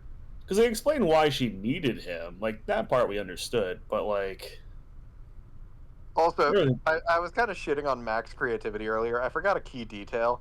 He made Blue when he was 3 years old. Yeah, we did just make fun of a toddler. Oh, because the whole setup is that like Mac has had his imaginary friend for 5 years, and so his mom decides like that's not probably the best. Yeah. And also, especially because it's heavily implied Blue is his only friend. I mean, it's not implied; it's outright stated. It's like, Mac, do you even have friends? I have you. Yeah. And you had to make me up. I forgot about that line. It's so good. Damn. Like, okay, Blue, why don't you just fucking kill him while you're at it? Are you sure you have even imaginary friends now, Mac? That's a pretty brutal thing for your friend to say. I love that fucking show, man. It's so good. Yeah, we really did have like a golden age of cartoons during the time we were kids. Yeah. I mean, and here's the thing: like everybody can say that, But Oh, of like, course. But like, God, we had some fucking good shows. we had some good shows that actually had good animation. That's the difference between us and the '80s kids. Like, first, for the record, almost any kid in our generation, if they start hearing the sound of like a phonograph like slowly winding up, it'll fucking trigger a memory. That whatever the fuck Billy and Mandy's theme song opens with, somebody whistling in Ed, Edd and Eddie. The Like, God, trumpet. even its intro sequence for Foster's is so fucking creative. Because again, it literally just starts drawing the mansion as the theme music winds up. It's so fantastic. I love it. It is. It is actually really 2000s great. Cartoon Network was so fantastic. Even like the lower quality shows were pretty good. Not well, maybe not pretty good, but they were better than a lot of the better shows on like Nickelodeon, frankly. Except for Avatar. Like I'm not gonna make that argument. I'm not even go as far to shit on Nickelodeon. They had some good shows too. Fucking My Life as a Teenage Robot, for instance. Which got canceled by season 2. Well, season 4. God, yeah. That's one of the weirdest things going back is like as an adult and realizing how short some of the shows you watched actually were, and you never realized as a kid purely because they were in syndication. Oh yeah. I mean that's because again we had it in syndication. Like just because they would like air the episodes whenever, you never realized like how few of them there actually were. I think my only issue is I feel like Cartoon Network was more willing to. They had a little more breathing room with their shows, even a lot of the lesser ones. Whereas like Nickelodeon, if you were not doing SpongeBob numbers, you were fucked. Should I like end his misery? Sure. I mean, he seems to be enjoying. He has a lot of health. I think if you attack him, oh boy. Wait a minute. I think it's a trap. No, Kevin. I think you're gonna want. Well, hold on, Yeah. Kevin. Look, just past him up the road. Oh, I've been that Like- way. No, there's something along the side of the road that doesn't look like it's just backdrop. On the left. Oh, never mind. It's just a knocked over statue. Yeah, no. I've been through this way many a time. This is where ancient dragon I think is. this guy just really gets turned on by pain. Yeah, that guy Yeah, just. but I do feel like something happens if you kill him. Well, he did threaten to eat my heart, so. Oh, okay then. Yeah, you weren't there for that. I forgot. There's the newest series on last podcast on the left is talking about this German cannibal who he went on the internet and found a guy who wanted someone to eat him, like, Okay, uncomfortable in all directions. and every time they like kind of talk about it, they play like goofy German music in the background. So like, you'll be like, yeah, no, Ah. it's like, bup, bup, bup, bup, bup. I can't even do polka music right, but like you know the exact music I'm talking yeah. about. Yeah, So yeah, it's, every time we talk about the most inhumane and awful thing in the world, that music starts playing. It's the funniest shit. It's like, oh my god. But also, like, the fucked up part is like, someone wanted to be eaten. Like, that's the part that got me. Like, Jesus, dude. So real quick, going back to the cartoon topic, one thing that definitely threw me off realizing this as I got older is that it's like, God, why are some of my favorite shows so hard to fucking watch? And it's like, oh, because they're being put on shit like Nicktoons Network and Disney and Toon Disney, then Jetix, then fucking Disney XD, because the fucking executives want the show to fail. Yeah. Like, God, why is it so hard to watch Invader Zim? It's like, oh, because they put it in shitty time slots on a secondary network on purpose. I between Invader Zim and El Tigre, yeah, but mostly making piss off. The way they fucked over Making Fiends, oh my God, I will never not be mad about that. There's a man hovering over a pot. I want to meet the creator of that show. I'm like, who? He got done so fucking dirty. It's unfucking believable. Like, there's no way you didn't like disrespect somebody backstage by accident, because That's unreal how you got treated. No, fuck that. From everything I've heard, like, she did nothing to deserve that. Like, what the fuck, dude? Like, and then there's Mighty B, which got canceled because Amy Poehler just didn't want to do it anymore. And again, when she's like, her voice is like the main thing that defines the character, and she doesn't want to be a part of it anymore, then you're kind of fucked. Yeah, like, don't get me wrong, you can replace any voice actor, but, like, can you really replace Amy Poehler? I mean, can you replace Bill Hader? Disney has decided yes. And apparently, yeah, that's proven true. I haven't seen the new movie, so I don't know. I've heard people really liked it. That's good. It's funny. I love have I sent the image of Ayo Edebiri's character from that movie and the bear? Mate? Where she's up on Carmi and she's like, I love your cooking, and then in the background it's the other guy who's playing the Thing in the MCU. Oh yeah. Yeah. It's really good fan art and I really love it. Let's see, Nickelodeon shows that kind of got screwed for the sole reason that they are not SpongeBob SquarePants. Oh, fuck me. No. Sorry. Oh, Fun Jesus. times for Kevin. That's a big fucking scorpion. Yeah. Oh, There's yeah. a reason why I'm upset. Oh, fuck. Oh, fuck. Wait, Kevin, Oh, are come you on. It was one hit away. Wait, what'd you say, Jack? I said, is Kevin afraid of scorpions? Are you afraid of scorpions, Kevin? No, I just don't like giant bugs. Fair. It's like Can't there's, argue with it's that. like I like spiders and scorpions. I think they're cool in design, and my favorite Pokemon is Skorupi. One of my favorite Pokemon from Gen 4 is Skorupi. Let me clarify. I have a lot of favorite Pokemon. I don't really rank them, but like I did name a Shelder after Kevin. Was it an orange Shelder or no? No, it was just a normal one. Yeah, I think orange Shelder is like, I don't know. I like Shelder. I don't really like Cloyster. I think part of the reason why my favorite Pokemon is Shelder was because of the Bean Island mechanic in Sun and Moon. Fair. And I tried to recruit a oh my god, you son of a bitch. I remember when Let's Go Pikachu came out or whatever, and I asked Kevin, and Kevin told me like, "Oh, my favorite Pokemon is Shelder," and I'm like, "Oh," and I called it Shelder. I'm like, "I'm gonna name it after Kevin because of that." Yeah.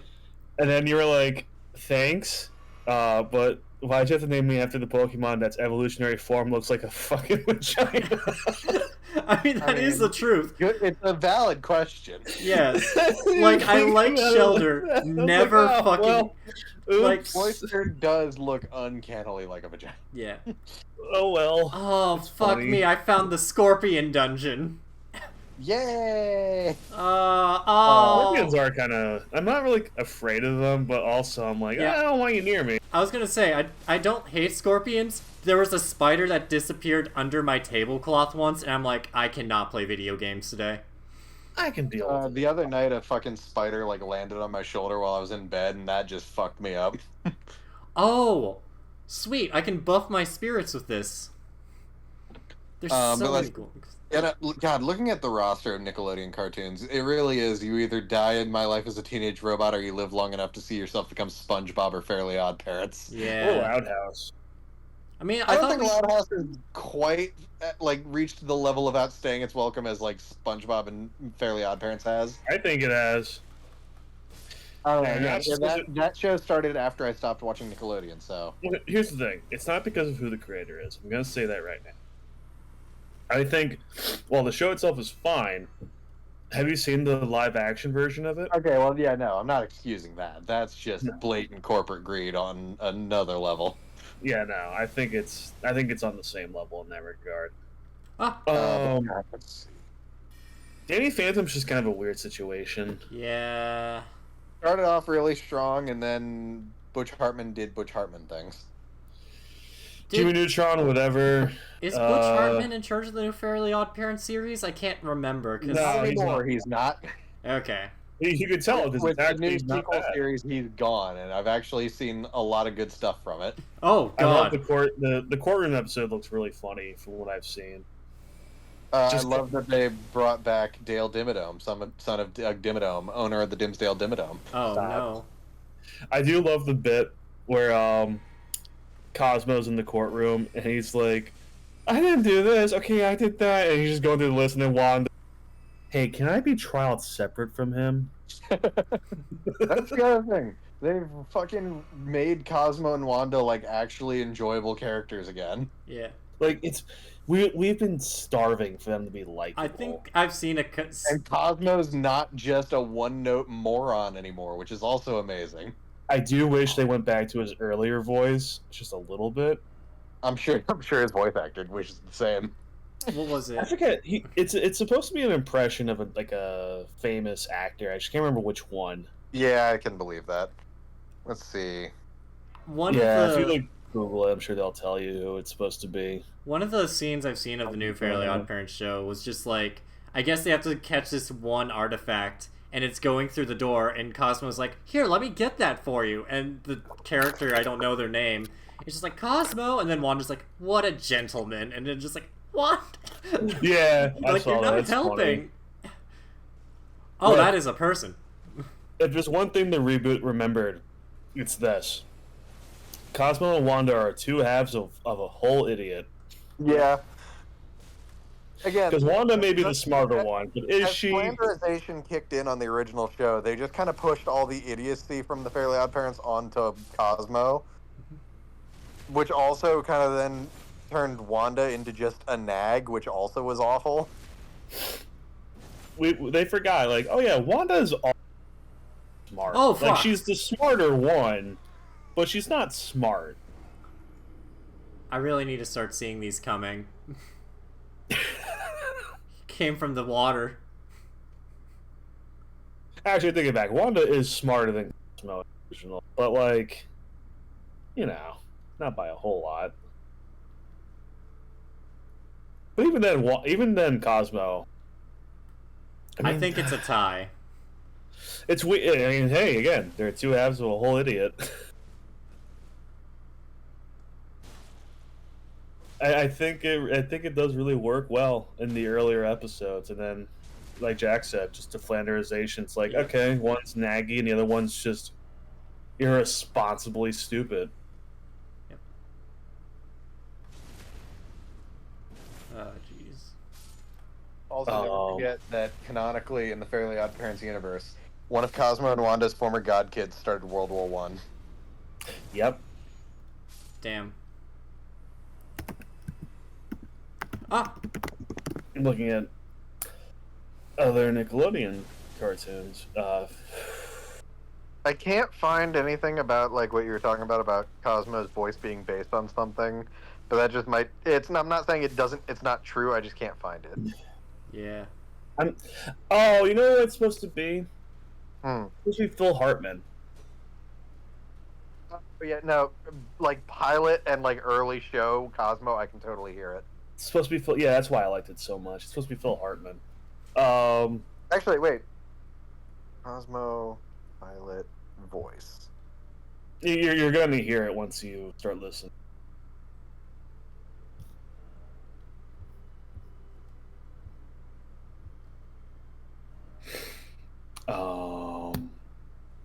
Sanjay and Craig. Mm. Such a terrible show.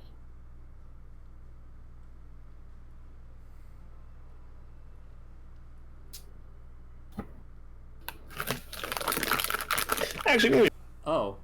a strong word. I think it's meh. Okay, Breadwinners. That's a fucking garbage show. Wait. Why is there a bunch of holy light behind me? Don't worry Actually, about it. You know what Nicktoon I've heard is pretty funny? It's currently on the air. Rock, paper, scissors. Rock, It's, paper, scissors? It's literally I've seen it, but I honestly wrote it off as just being the same usual crap that gets pumped out every few years by Nickelodeon. I've heard it's got some good bits in it. Also, yeah, no, I do think that was a deliberate thing where Norris was like intentionally like trying to do a kind of Phil Hartman-esque voice for the pilot and beginning of the show. Oh yeah, 100%. Okay, It's I gotta mostly make the cadence more than anything that's very Phil Hartman-esque. 100%. I got a next tune that everybody forgot about. Which one? Speed Racer: The Next Generation. Oh, that Fuck was you, a I remember Nickelodeon it. too? Tim Tim was a robot. Shut up! It was not a good show. It wasn't, but I watched it because I have zero standards. I watched it because nothing else was on. Also, I know I mentioned it. Sanjay and Craig. The show I don't know anything about beyond the fact that there's one episode that there's a glory hole. Ew. Yeah, and there's another episode with Snoop Dogg where he does the most random, decent rap out of nowhere. What the hell are they showing kids nowadays? Like, I can't even explain the rap Snoop does in that episode because it's such a crappy Nickelodeon kids rated rap that he still makes work because he's Snoop Dogg. Worse than the rap battle from the iCarly Victorious crossover? I mean, yeah. Oh god. That goes without saying. Because the rap wasn't written by people who don't like black people. Not to be crude, but let's be very frank. The writers of those shows they're kind of racist. They're not racist in the like fucking like you're not welcome around here, boy. Like that way. It's more the like. Well, to quote a certain movie, I would have voted for Obama a third time if I could. I don't even think like that. I think they're like racist in like a way that people don't really talk about. Like, black people scare me, but I'm not gonna say it out loud. Yeah, basically, that's what it is. God. Yeah, no, fuck Dan Schneider and frankly, fuck his crew.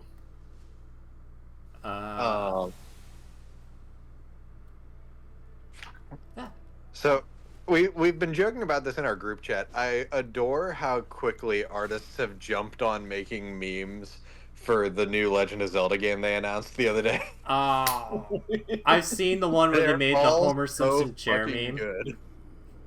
Oh, the fucking table. They recreate the Homer Simpson chair meme where Gandorf is in like the bath. bathtub. Yeah. Ganon's in the bathtub and Zelda's smashing a chair over his head. Yeah. Oh my god. They need to make it a mechanic, otherwise we will be sorely disappointed, but it won't be. But My also, favorite, one of my favorites is like the one where it's like Zelda thinking of Link like tied up and crying while putting together an IKEA table. I'm coming, baby girl. I want like Also, I want like the copy ability to so you can spawn a wall master just so Ganondorf can know our pain. hell yeah. Just like it, Also, I'm just gonna say it. We should probably play the Link's Awakening remake. we I think so. probably It's a very cute game. I like it. Yeah. Also, my other favorite one was just like showing Link getting a taste of what Zelda deals with every time she gets kidnapped and Yeah. he has to rescue her. Where, again, the person wrote it with him like making Link noises and then translated. I'm just gonna read the translation for everyone's sake. Don't think this is over, Ganon. Zelda will find me sometime later. Do I usually take this long? Longer. I'm just gonna be like, did I really spend this? No, I lost 75,000 souls. What a shame. Just like, All right, sorry. another thing we talked about in this group chat that I wanted to bring up on stream because in a stream not long ago we played Dead by Daylight's new Dungeons and Dragons stuff at the same time as us doing the anniversary event. I did not realize that we had a bit of a celebrity guest with the new killer, because as has become the case more and more with Dead by Daylight, both the killer and new survivors are voiced. They have voice lines that they'll say it occasionally throughout matches. And specifically with Vecna the Lich, It's fucking Matt Mercer. I mean, like, how did you not really see this coming? But also, like, it's still a nice surprise, I That's guess. why that's why I was like pissed about it. Is I should have seen it coming. Because first off, I think Matt Mercer's great. I'm like, I'm not mad at his inclusion. I'm mad that I didn't even think about it. Yeah. Man's everywhere. Ooh, I am so sorry. I've been holding. No, you're good. it. Oh my god, I'm just looking back at all those Zelda memes I've sent to the group chat. Yeah. I love the one where it's like the Octorok just minding his own business while Zelda sneaks up behind him with a table. Yeah. You think I want to see one where it's like Link's like, did I really spend that many time with tables and like contraptions? It's like, yeah.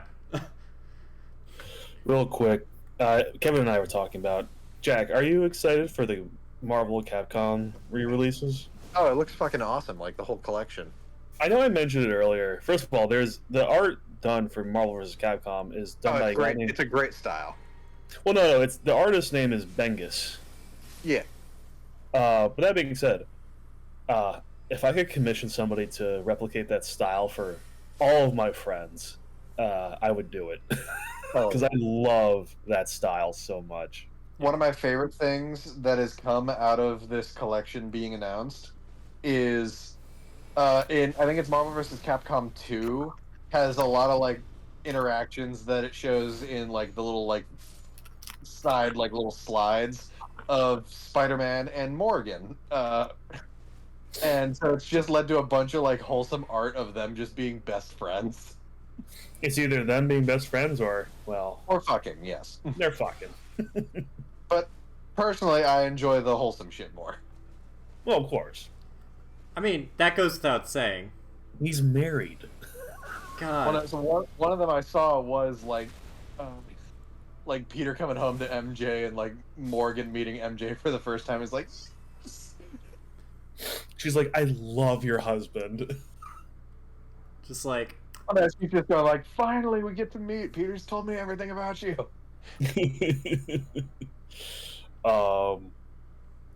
Speaking of which, Marvel fans, shut up about Peter's kid possibly getting killed in the next issue of Ultimate Spider-Man. no. Don't you put that out there. Don't you even will that into the ether. Stop Fuck it. you. Both his kids are so fucking precious in Ultimate Spider-Man right now.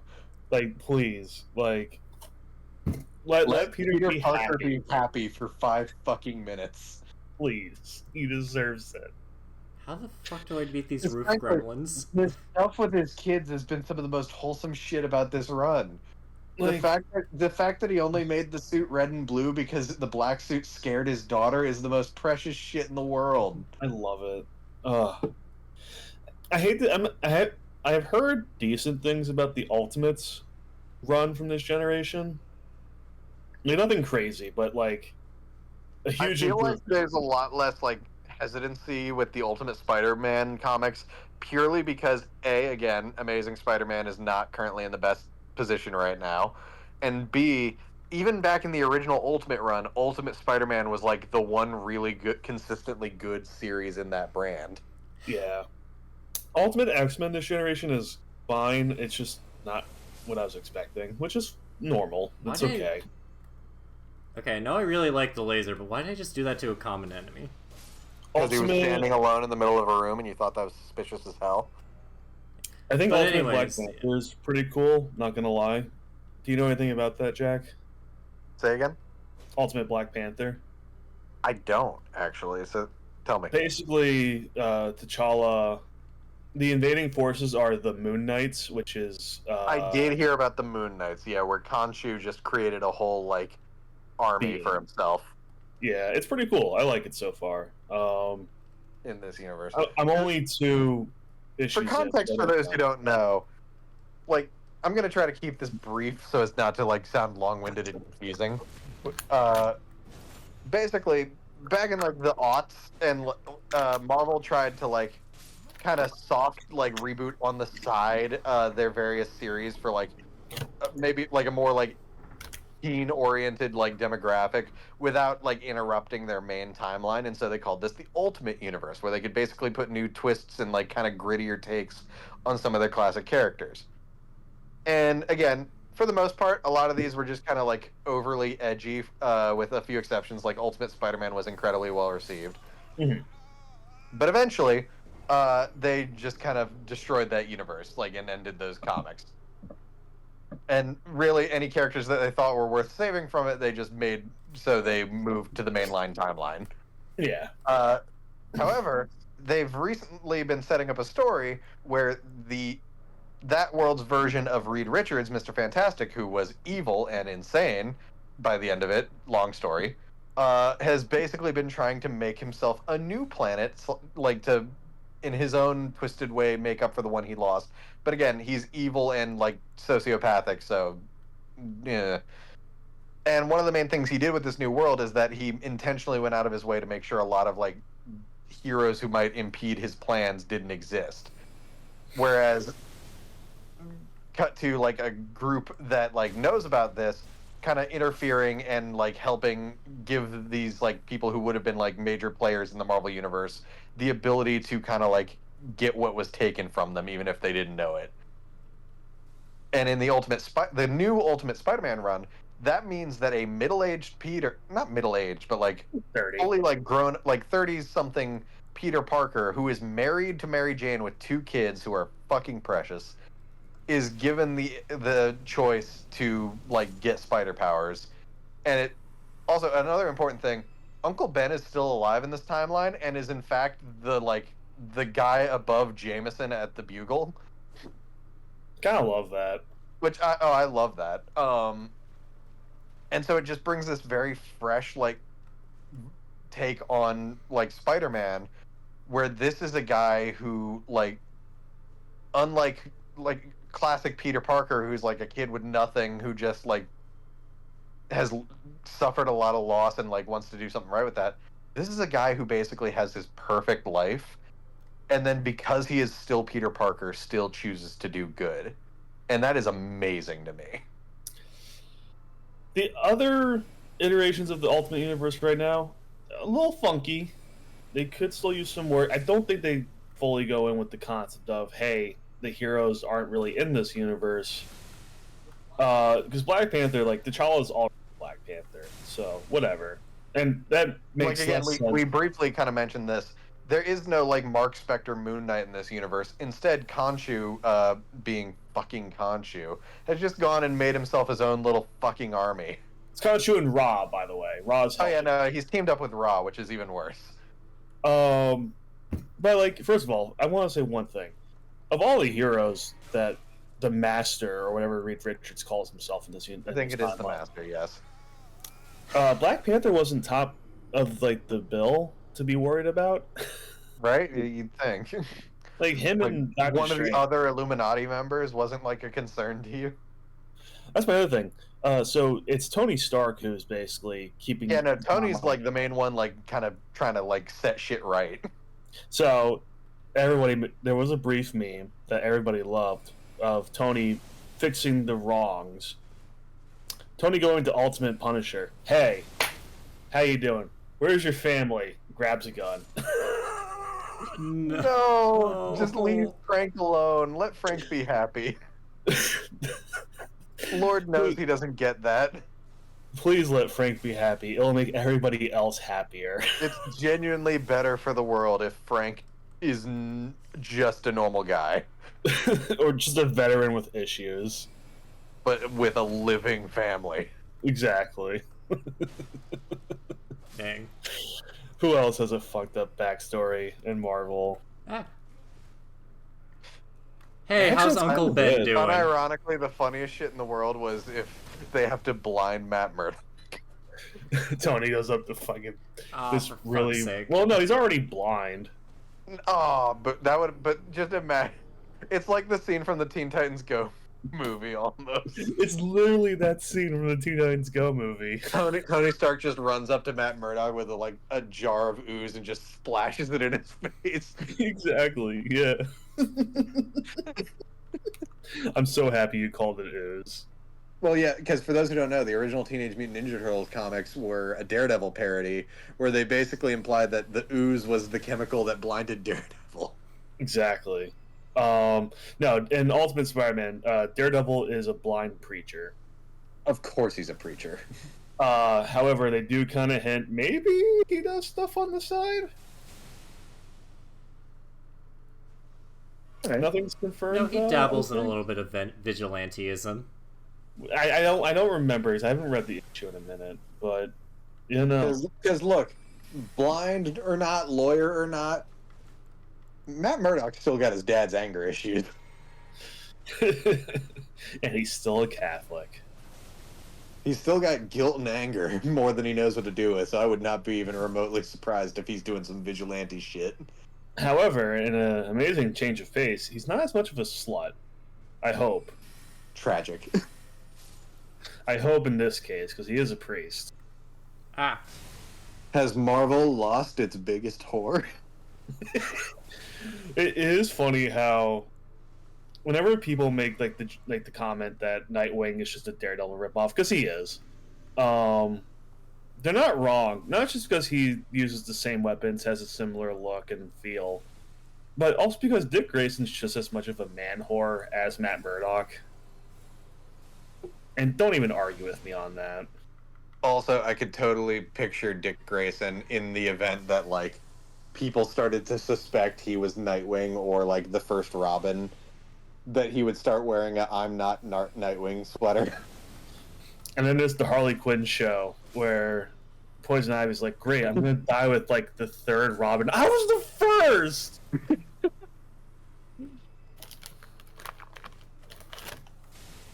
yeah, it's rough, buddy. Ah, They went from making a really funny Nightwing interpretation to like one that they just killed off for no reason. Yeah. That show, like, it goes from being amazing to just whatever within the span of 2 minutes. Also, not going to go into too many specifics because this series is still ongoing and this arc is particularly still unfolding. I am very curious with what they're doing with Ultimate Green Goblin, because all I'll say right now is the Ultimate Universe Green Goblin is Harry Osborn, who is using like the tech that is referred to as the Goblin suit to be a vigilante, but he's willing to cross a lot more lines than Peter is. Yeah. Like, in his own words, committing a lot more necessary evils. Mm-hmm. Which I think is very interesting. Also, they outright say that, like, their explanation for, like, the Green Goblin name is that, like, Harry wasn't calling himself anything, but, like, newspaper and public opinion started referring to him as the Green Goblin. And he's just like, fuck it, why not? To be fair, that's like the answer I usually go with most of these kind of things. Like, Oh yeah, it's the easiest way out. It's just like the newspapers or some tabloid describes a God name and it damn sticks. I missed the staircase. sometimes it sounds really good with the character. They like it. Other times they really wish they went with something else. Oh, and there's a site of grace there too. Awesome. God, what's the worst superhero? It's gotta be Darkhawk. from the boys, right? But is that really fair to count those when they're intentionally parodical? Fair. You know what? No, I'm gonna go with Invincible because at least Invincible, it's just a superhero story that's kind of edgy. How's that? All right, that's fair. Duplicate is a terrible name. I've heard worse. No, it's not because of the pun, but because, bitch, that's your identity. Like, yeah, you're never getting left alone. Like, they can figure out who you are so easily. That is a terrible.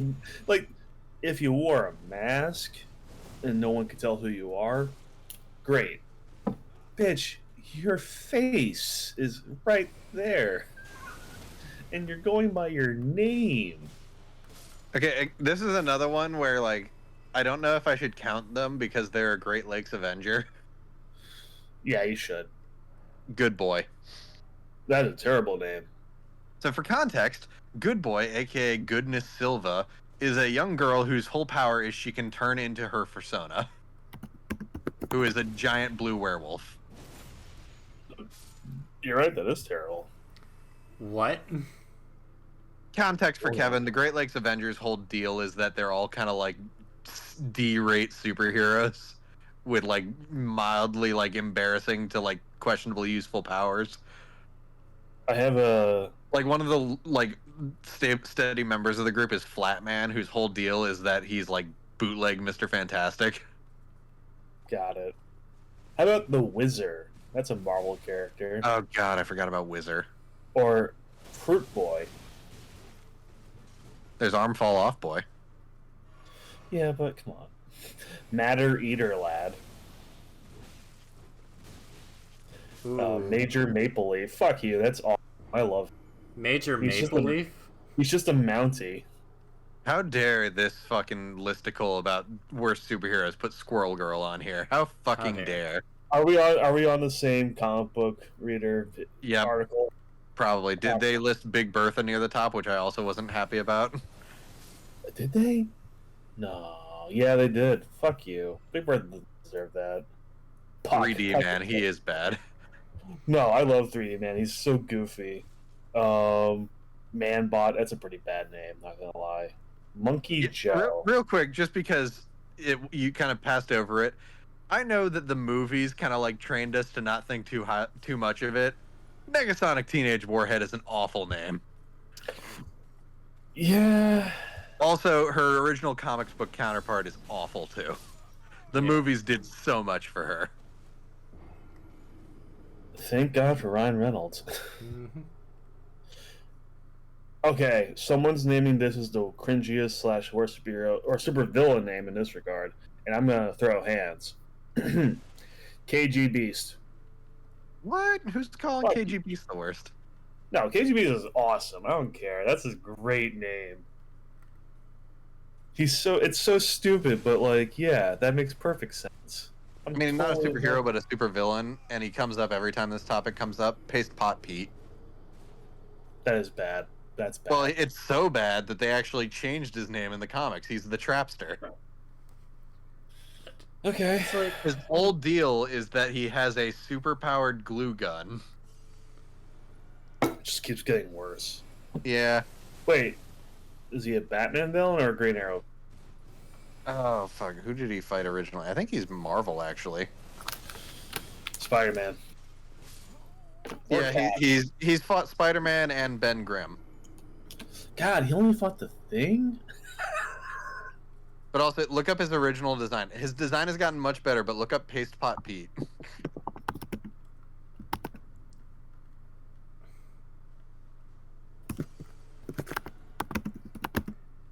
Oh, Jesus. Oh, Jesus. Yep. Oh, that's God, new. It got worse. Oh my god, I forgot. My favorite terrible supervillain. Doctor Doom. DDS. Hold on. Oh, do you not know about Dr. Robert Bob Doom? A evil dentist who is the distant relative of Dr. Victor Von Doom. And who is a dentist. He inflicts more pain, I assume. This is fucking amazing. He's the fifth cousin of Dr. Doom. Robert Doom was a dentist whose side of the family emigrated to America from Latveria. He was jealous of his cousin's success and wanted to become a ruler like him, becoming a master of the tri-state area. Yes, as in the same plan as Doofenshmirtz. He used mind-controlling dental implants to induce wealthy patients to give him money to achieve this. When a faulty implant alerted She-Hulk, he tried to destroy her with his robotic servant and armor, but she overcame him and he was imprisoned. Oh, so his whole deal is he's so jealous of his cousin that he even wears a Doctor Doom mask just because. So he does the thing that every dentist does and trying to get more money out of me when I don't need to be spending it. Kinda, yeah. That being said, please go to your dentist. Definitely need to go get your teeth checked. Trust Knowing the me. people who go on Twitch, you need to get your teeth checked out. Please. Brush your teeth. Do the flossing. It's really important. Fucking Brush goddamn you, Tree. Twice a day, please. Twice a day. But again, I just love again, obviously, especially because he's from like a She-Hulk comic, you can tell the joke is on purpose. He's supposed to be hilariously silly. But Well, again, evil dentist, fifth cousin of Doctor Doom, who's so jealous of his distant relative that he becomes a supervillain. I almost don't want to count this in the discussion, but yeah, I like him. Doctor Doom DDS. I think like villains I've seen. I hate that one Spider-Man villain that's the rabbit. I hate her. Yeah, that's fair. Like, it's not because it's bad, but because like they push her as like a big threat. I'm Yeah, like, it's really? times like this that made me wish I had the fucking League of Regrettable Superheroes books. Yeah. I don't know. I it's weird. I Although, tried. oh boy, this is definitely a runner-up for the fucking worst names. Captain Tootsie. What is it? Fucking. He looks like a Flash Gordon rip off because he's just wearing like blue pants and a red T-shirt with a big yellow T on it. What is it? Fucking Dustin Hoffman. What's his name again? Dr. Tootsie? No, Captain Tootsie. Captain, my mistake. Captain Tootsie. Oh, wow. You were not kidding about the Flash Gordon. Wow, that's like I came up with like kind of a corny character name with Mr. Maple. Like that was just kind of like a corny one. That's bad. That's really bad. Actually, I thought of the Mr. Maple name because I'm like, oh, that's kind of catchy. What could I use that for? I came down to ironic vigilante because I couldn't find a better use for the character. No, not another player. Yes. Oh, he has a big spear. We'll do something about it. I can't currently.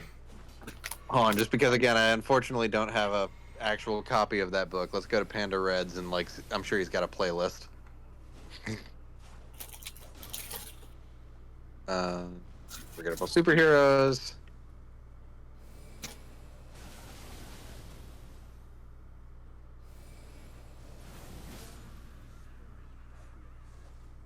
Captain Victory. Does he win a lot or does he lose? Hold on, I'm trying to find it. Oh my god. Give me a minute. Google Captain Victory, Tim, and then send a picture for Kevin. Yeah, I should probably open members text actually now. Hold on one second. Oh my. Alright, Jack, I'm going to describe this character. Kind of a He-Man looking guy. Yup. Got it.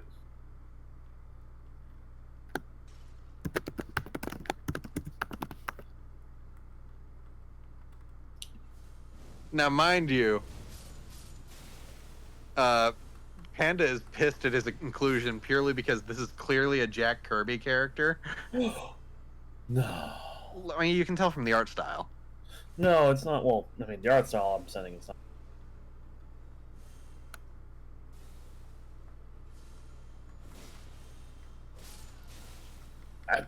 God, he has an Alex Ross version of himself. God, this is bad.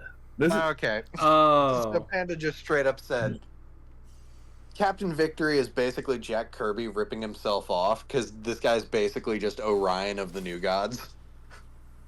oh, okay, that makes more sense. So he's a Booster Gold parody. Got it.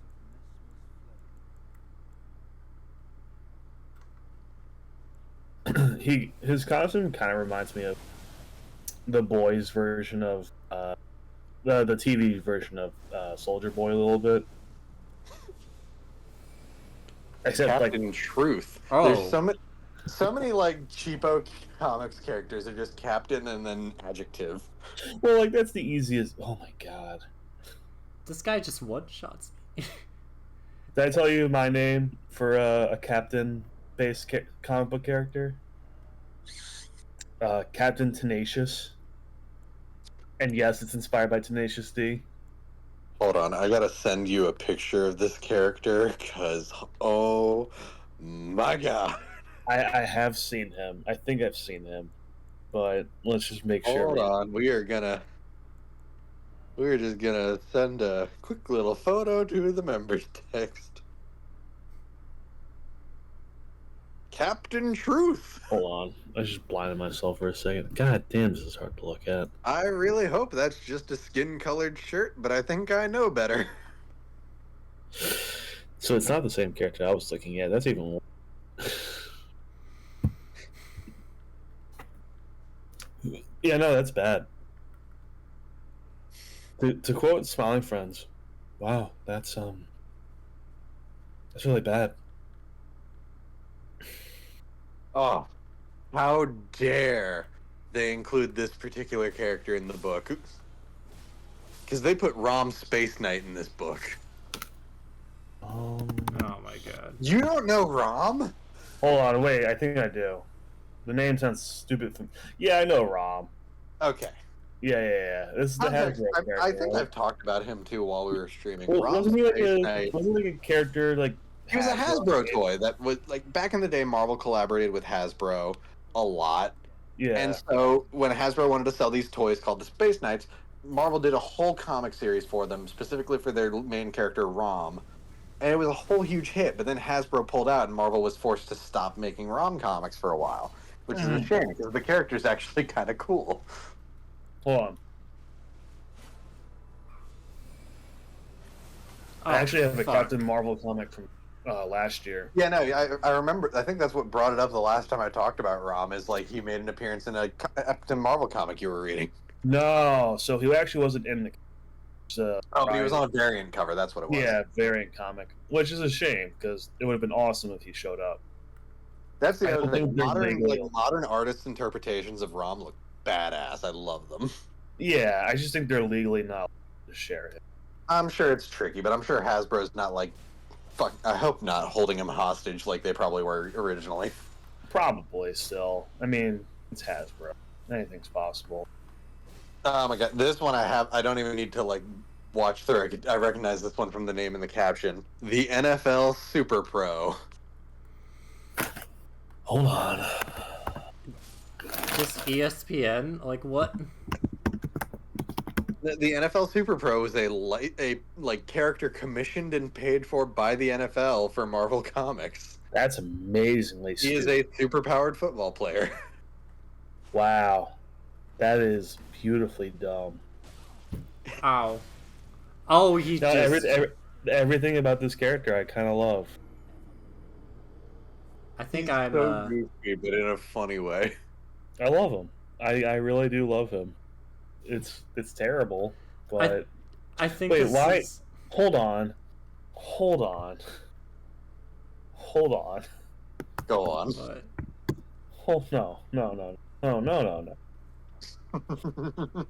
Hold on. Tell me what's wrong. Tell me what's wrong with this image. I don't know what you're talking about. He's just playing American sport. He's slam dunking a basketball. His whole thing is he plays football. He is a master of all sports, Tim. Football is just his favorite. Don't you know, once you're good at football, you're good at all sports? As you can read, if you'd read the caption, you fucking Luddite, it says pro knows b-ball. Oh, of course. That's why Michael Jordan had such an easy transfer into baseball, Exactly. right? You get it. You know one sport, you know them all. You know, he originally saved the world from Thanos by beating him in a game of basketball. Hold on, wait.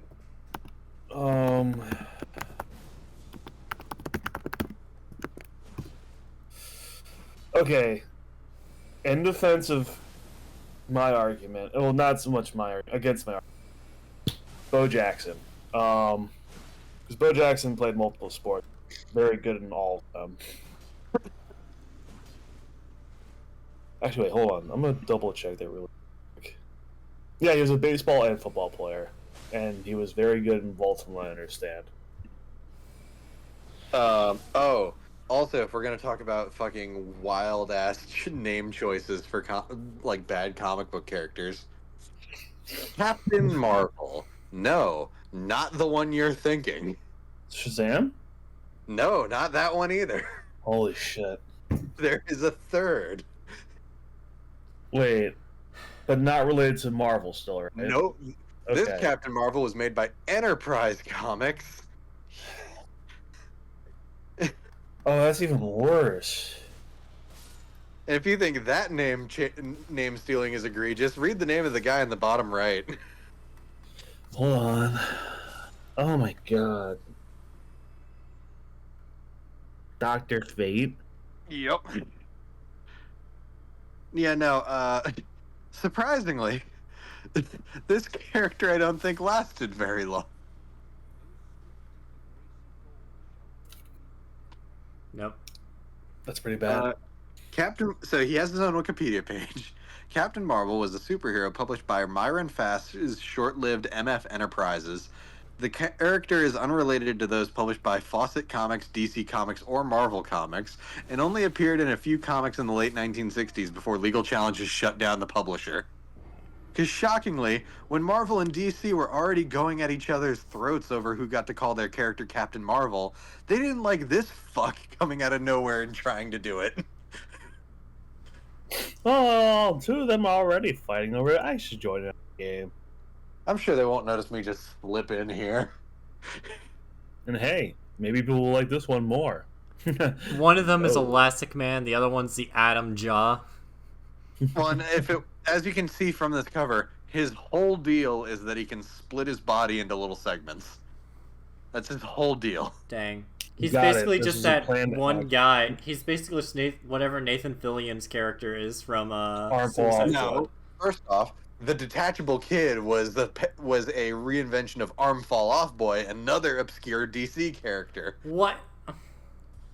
Yeah, Arm Fall Off Boy's whole deal was much like you saw in the movie. He can detach his arms and use them as weapons. That's his whole deal. Oh my god. And I love the way the movie depicts him getting killed. Oh yeah, no, they build him up so much only for him to just be completely useless and then die. His arms just move pathetically slow throughout the air too. Like, Well, that's no, the thing. They can detach, but they don't move any like faster or with more mobility than if they were just still attached to him.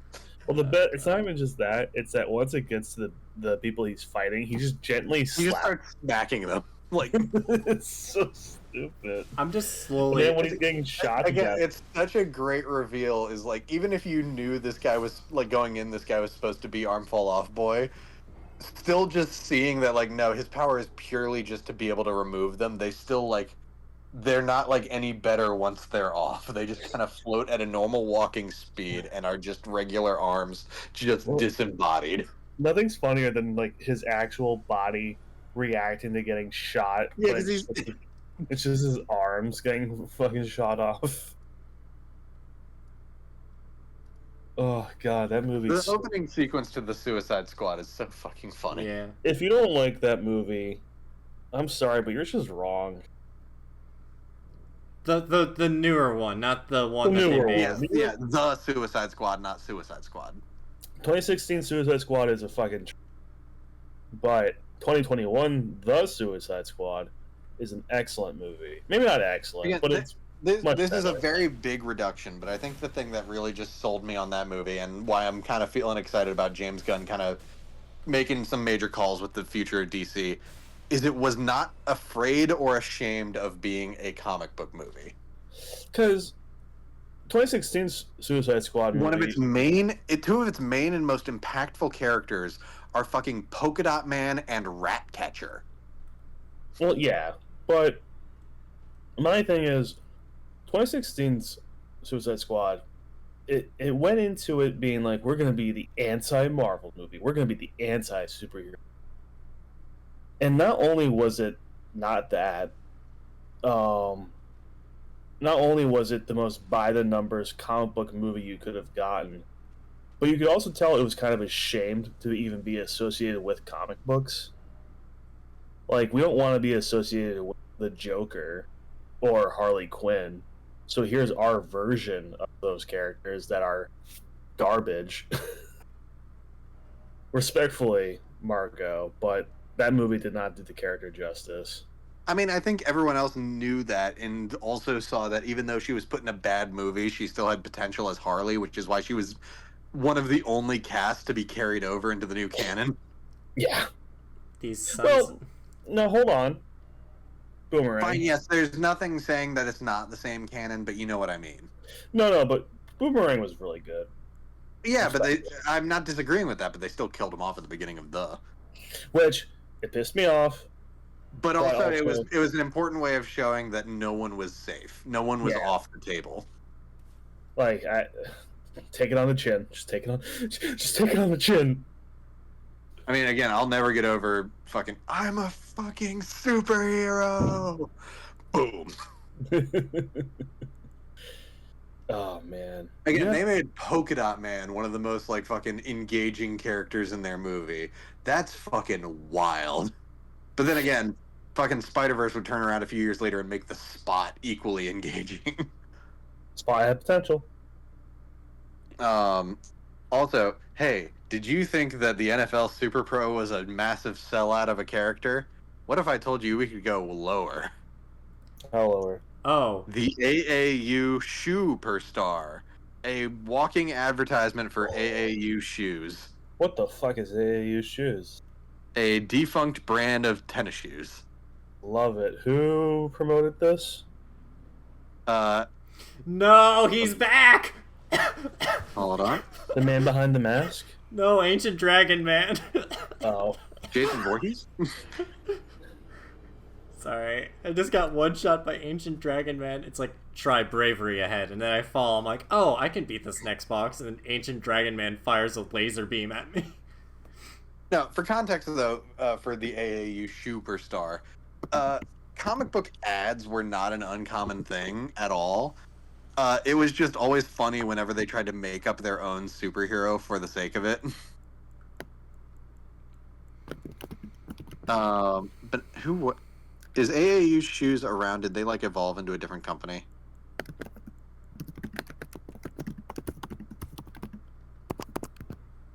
As far as I can tell, no, they are defunct.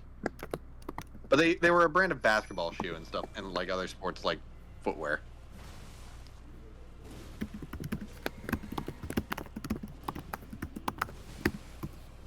Sorry about that. You're good. Yeah. Sorry, I'm starting a discussion I'm going to regret in a separate Discord chat about the Suicide Squad and Suicide Squad, and you know which Discord chat I went in. I don't know why you'd pick that fight, but okay. No, because I actually need to hear it genuinely. And not even for a meme or anything. Because the more I think I sit on it, I genuinely For context, without naming names, one of the people we know is an ardent defender of the 2016 movie. Not even just like ironically, like he genuinely thinks that movie was fantastic, and I strongly disagree with that is his opinion. But like he definitely thinks it's better than people give it credit for. And look, respectfully, it's a bad movie. Like I don't even go to bat for a lot of movies like that. I'll never forgive him for doing Killer Croc so dirty. Yeah, it's bad. It's really bad. That you can't even really argue in anything positive about Killer Croc in that movie. Or El Diablo. Maybe El Diablo. Like he had potential and they kind of wasted it. Like, you know, I have gone on entire rants about like how I think Killer Croc has so much potential to be a very engaging character, just like examining like the like cruelty of humanity against him that drove him to being what he is. And then in Suicide Squad, it's like he's the black character. Like Next to Will Smith, like he watches BET in his prison cell. Like it's kind of uncomfortable how they depict him. It's like, oh, man, this feels racist. I mean, it's made by David Ayer, so hey, maybe it. Oh, fuck. Should have seen that coming. Yeah, no, they really did not. Besides the bitch I'm beautiful line, they didn't really do Killer Croc right. No, I will say that line was funny. I'll give Yeah. them that. Which line? The bitch I'm beautiful line. I don't even remember that. Like I think someone called him ugly, and that was his response. It's like during the scene where they're like giving up. Whatever. Like, fuck, that movie's bad. Yeah, it's Yeah. Like, they had like because here's the worst part. They had they had a great Harley. They could have had a good Deadshot if Will Smith fucking cared. But do you blame him for not? No. No. Look, Joker's just terrible.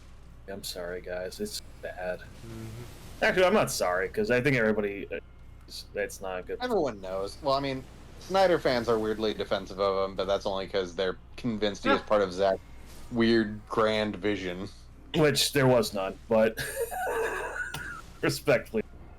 Anyway, the one thing I'll say, I'm not saying it isn't funny because it is pretty funny when it happens, but also like it kind of shows like the difference in the thought process in approaching like the Suicide Squad as a concept between Ayer and Gunn was using Slipknot as the sacrifice to show the bombs were real. Because on the one hand, it's like, yeah, like there's this one guy who like no one knows who the fuck this is. Obviously, he's gonna die first, and it's hilarious how immediate it happens. But on the flip side of that is like, well, yeah, no shit, he was gonna die because he's the one no one's ever heard of. He can climb. But obviously, all the main characters are safe. No, Kevin, he doesn't just climb. He's the man who can climb anything. Immediately dies. I love that. But also, yeah.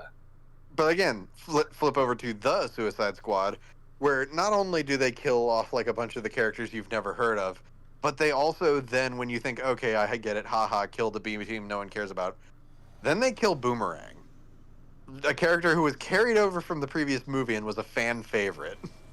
Like a fan favorite from that movie, which means yeah, exactly. Like again, he was a well-liked enough character that everyone's like, no, he and Harley were like the highlight. Yeah, no, they killed him off like immediately because again, Gunn wanted to establish no one was safe except for Harley. Because yeah, but that Harley's like the one exception, and even then, Gunn claimed she wasn't. But come on, don't fuck around, Gunn. We know better. Unless you kill Harley off. That would also lead to a lot of outrage. Yeah, no, I think he's not stupid. Yeah. I just don't think he's brave either. But also, then again, we, unlike like the original lineup, where other than like El Diablo, it was all major characters who like casual DC fans would have heard of.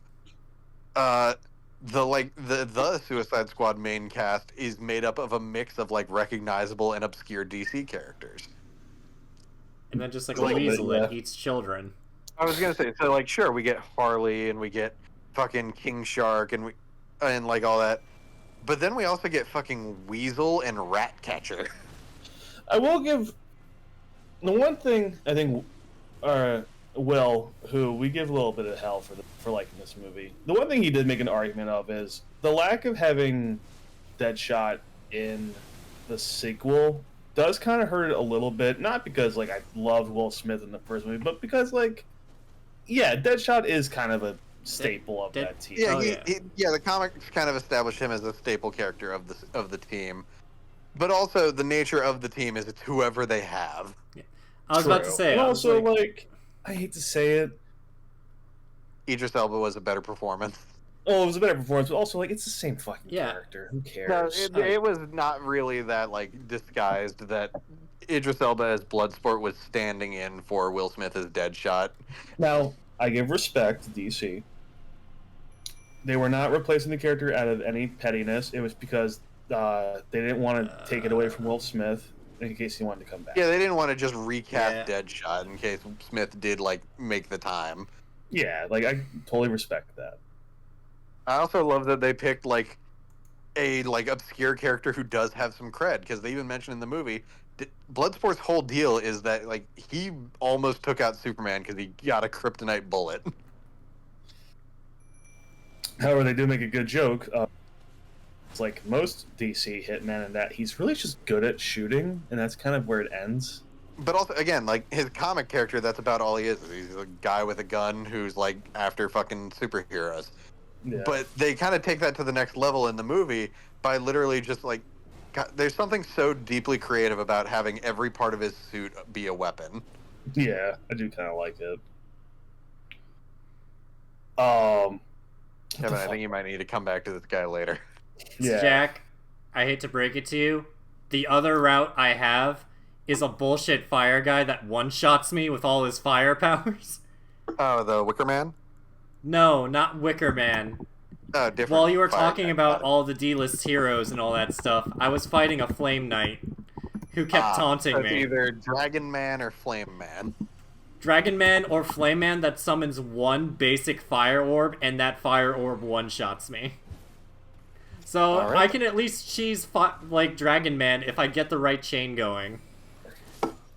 But and again, like we mentioned Polka Dot Man, who again, the whole bit with him in the movie is that you do underestimate him because he's a very silly concept. Even the characters in the movie underestimate him until they see how fucking destructive his power is Yep. and how horrifying the consequences of it are. And we just, in that same movie, you see a bunch of rats eat a giant starfish, and you're like, oh. Again, they also show the utility of fucking Ratcatcher. Yeah. And Brennan Lee Mulligan is still shit-talking New York rats. And these aren't even New York rats. No, he didn't shit talk New York rats. It was more he was shit talking people who were afraid of New York rats. Well, hey, look. Do you know who? You want to know who the most vital character in the entirety of the Suicide Squad is? King Shark? Amanda Waller? Fucking Milton. Oh. Oh, Milton. Oh, Milton. Milton. You look like a him. Milton. Wait. I've done it. No! Milton was Pumpkin still Man, you with let him us? out. That's my favorite reaction is It's like, Bloodsport just being like, Bloodsport didn't even realize Milton was still there. he was alive? Well, no, Who's it's like, he Milton? followed us in. Why the fuck would he do that? Oh my god. Fucking kills me every time. Also, King Shark? Oh, He was a shark. I love that interpretation of King Shark. It was it's like, you totally believe that, like, yeah, this guy's been a problem, but instead of being like, because there's been a 500,000 interpretations of King Shark, so I think any of them are valid. So I thought that one was just a lot of fun. Every Having him interpretation be of like King more Shark- animal than man, like, was a very fun idea. You're Every out King of Shark Estes, interpretation you has been fuck. good. Oh, he doesn't care. Oh boy, that's a big dragon head. I was about to. Fun thing, he showed the like, oh crap, I'm out of healing, and I'm like, Look. aha, you're out of healing, and then he chumps me. All I have to say, Jack, about King Shark is King Shark is a shark. He is a He shark. is.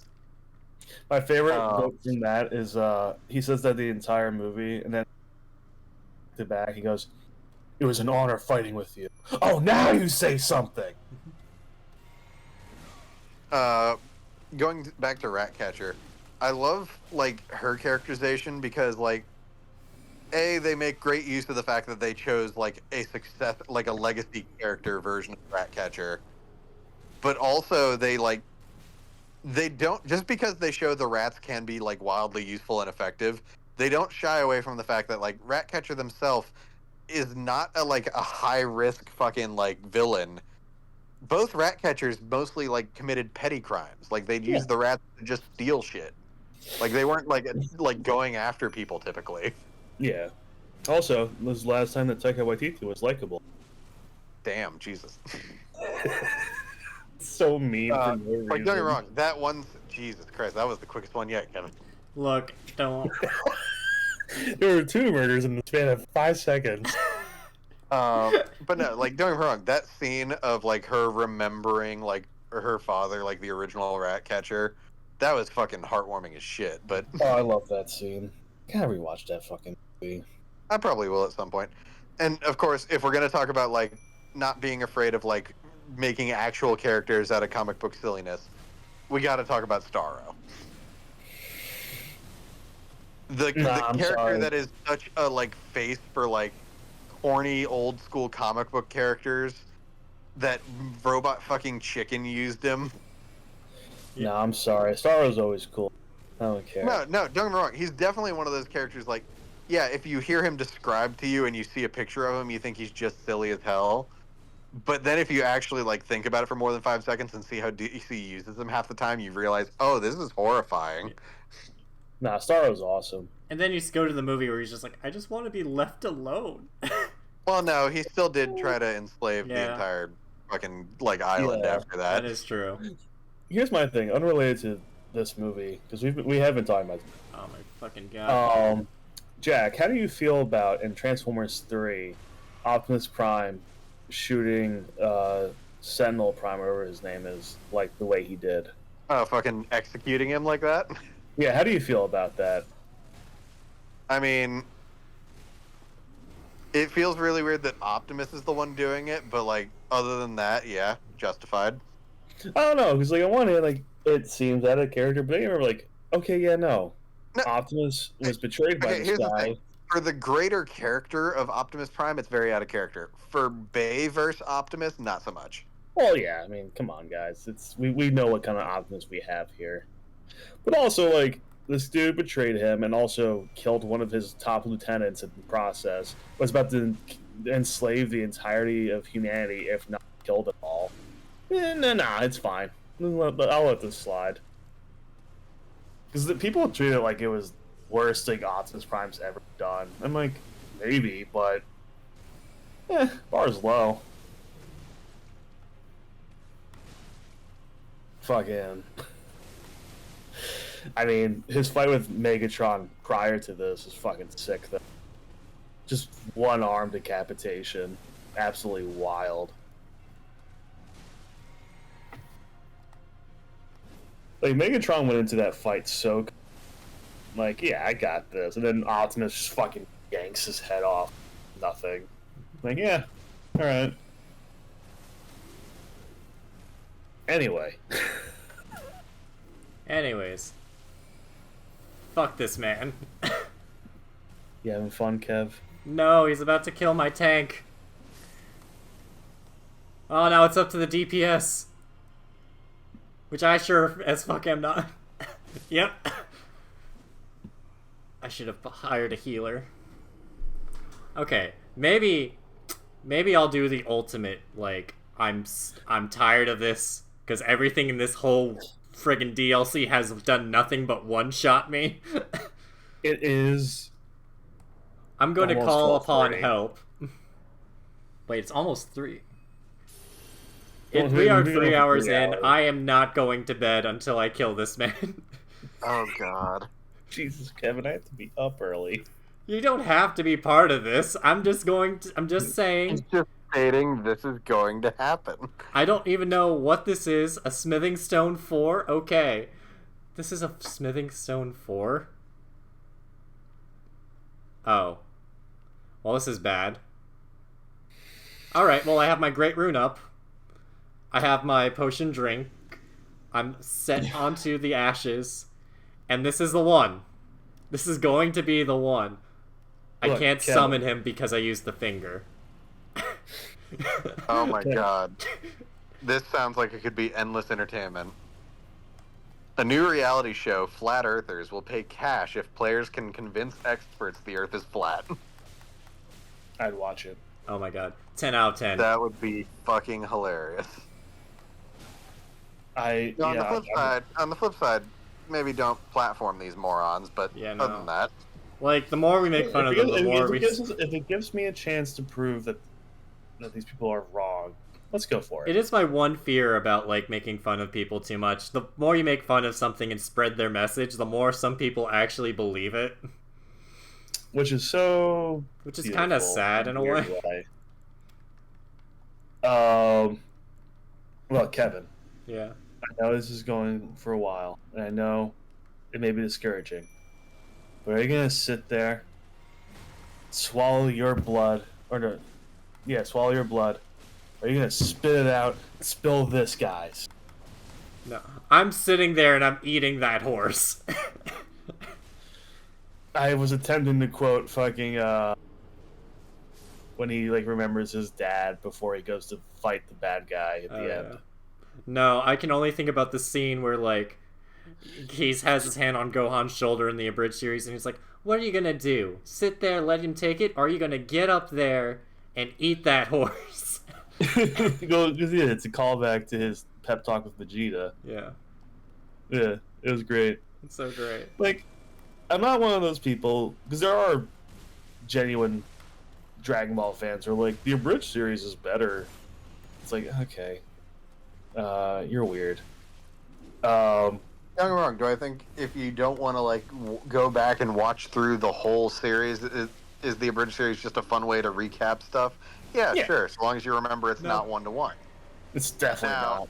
Now, with some other series, Sword Art Online, yes, it's better objectively. Yeah. Objectively, yeah. Nah, like, come on, did Super really double down on Goku not being the best father? Yeah, it did. Because, like, Dragon Ball Z, Goku, like, he's not fantastic as a father, but, like, you kind of understand why it's that way. It's like, okay, I can kind of buy this. By the time Super comes around, fuck. dude, cut the shit. Jesus Christ. Jennifer Hudson reveals her father has had 27 children, and she still hasn't met all of her half-siblings. Jesus Christ. What? Fucking someone snip this guy's cords right now. Christ. Jesus.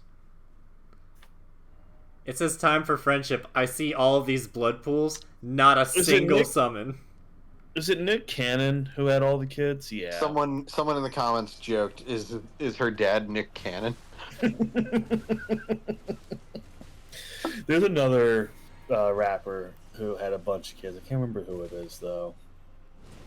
I think he was trying to catch up with Nick Cannon. It's like, why would you do that?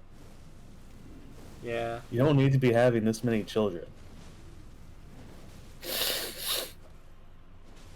It's like when the grade below me from my high school looked at like our like like the number of people who have been, how do I say this? So apparently, like, I think I've told this story before, where like apparently my high school has like a record number of like students that were arrested. Not like for like Jesus. crimes, but like alcohol or probably something like that. I don't know. I don't think they've committed murders. But like, I mean, we can assume it's for like smaller, like crimes. petty stuff, pretty much, yeah. Yeah. And then they looked at that and they were like, "Yeah, we could do better than that." And I was like, "I think there's more better things to like academically strive."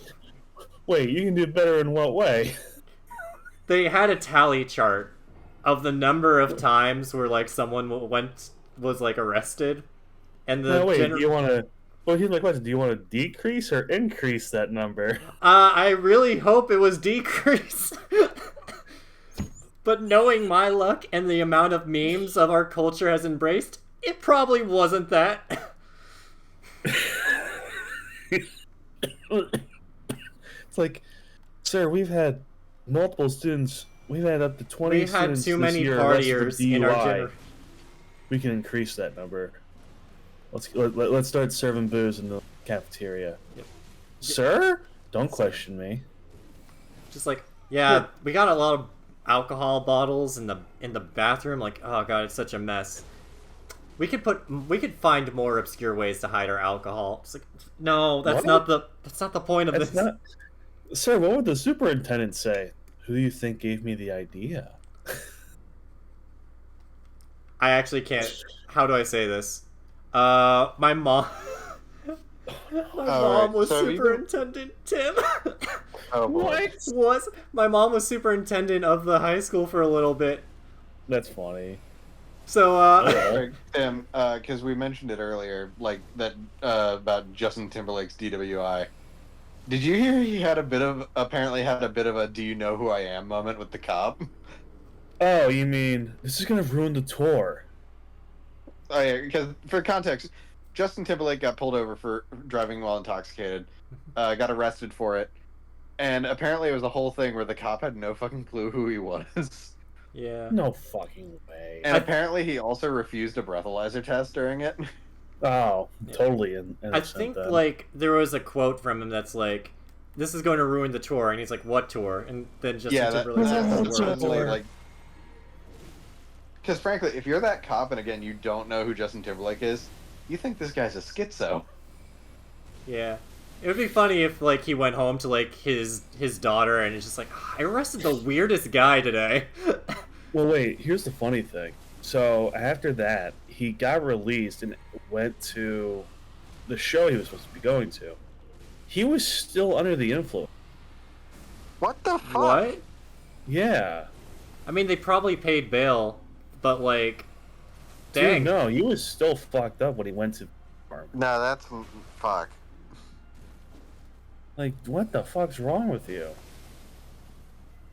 Oh no, he's focusing the mage. Have you heard about this like upcoming horror movie, The Monkey? No. So many horror movies It comes out in February next year. Stars Theo James, Tatiana Maslany, and Elijah Wood. And it's a horror movie about one of those little cymbal clapping wind up monkeys. Yeah. After stumbling upon their father's vintage toy monkey in the attic, twin brothers Hal and Bill witness a string of horrifying deaths unfolding around them. In an attempt to leave the haunting behind, the brothers opt to discard the monkey and pursue separate paths over time. However, when the inexplicable deaths resurface, the brothers are compelled to reconcile and embark on a mission to permanently eliminate the cursed toy. All right. Like, it sounds like a pretty generic premise, but Elijah Wood picking it makes me interested because I've been talking with people. Elijah Wood and Daniel Radcliffe are both like in a very unique position where they made more money like early in their careers than they know what to do with, so they can just do whatever projects they find neat. Yeah, of course. Well, also, it's got fucking Tatiana Maslany. Yeah. I hope she, because let's be very frank, after the writers and actors strike, she is not going to be working with Marvel from here. Yeah. She was very open about discussing how she does not care for their treatment of the cast and crew. So Feige will not be happy. But I think she's a really good actress, and yeah, I think she deserves to keep working. That is, Because there are some actors who should not be still are getting it. Not gonna say who. Jonathan Majors. Yeah. Look, I'm sorry, but like, it's look. It's like that fucking like I'll say it. His name was Mike. Look, it's Ben Mike. Dry what he did, and I'm not going to defend actors who have been caught being guilty about it, who have gone to work. No, fuck those guys. Fuck Mel Gibson. But you know,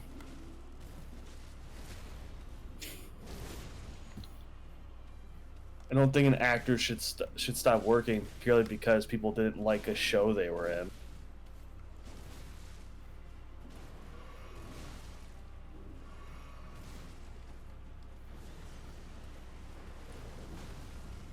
That is the thing with Jonathan Majors. I thought he was, you know, oof. maybe just next time on that game. You're finally feeling worn down by it. I feel like it's weird going into this DLC, not knowing what level you're supposed to T. When I told Tim earlier that like I picked up a doesn't like give you any hints. They just like no, figure it out. no, Jack, hear me out.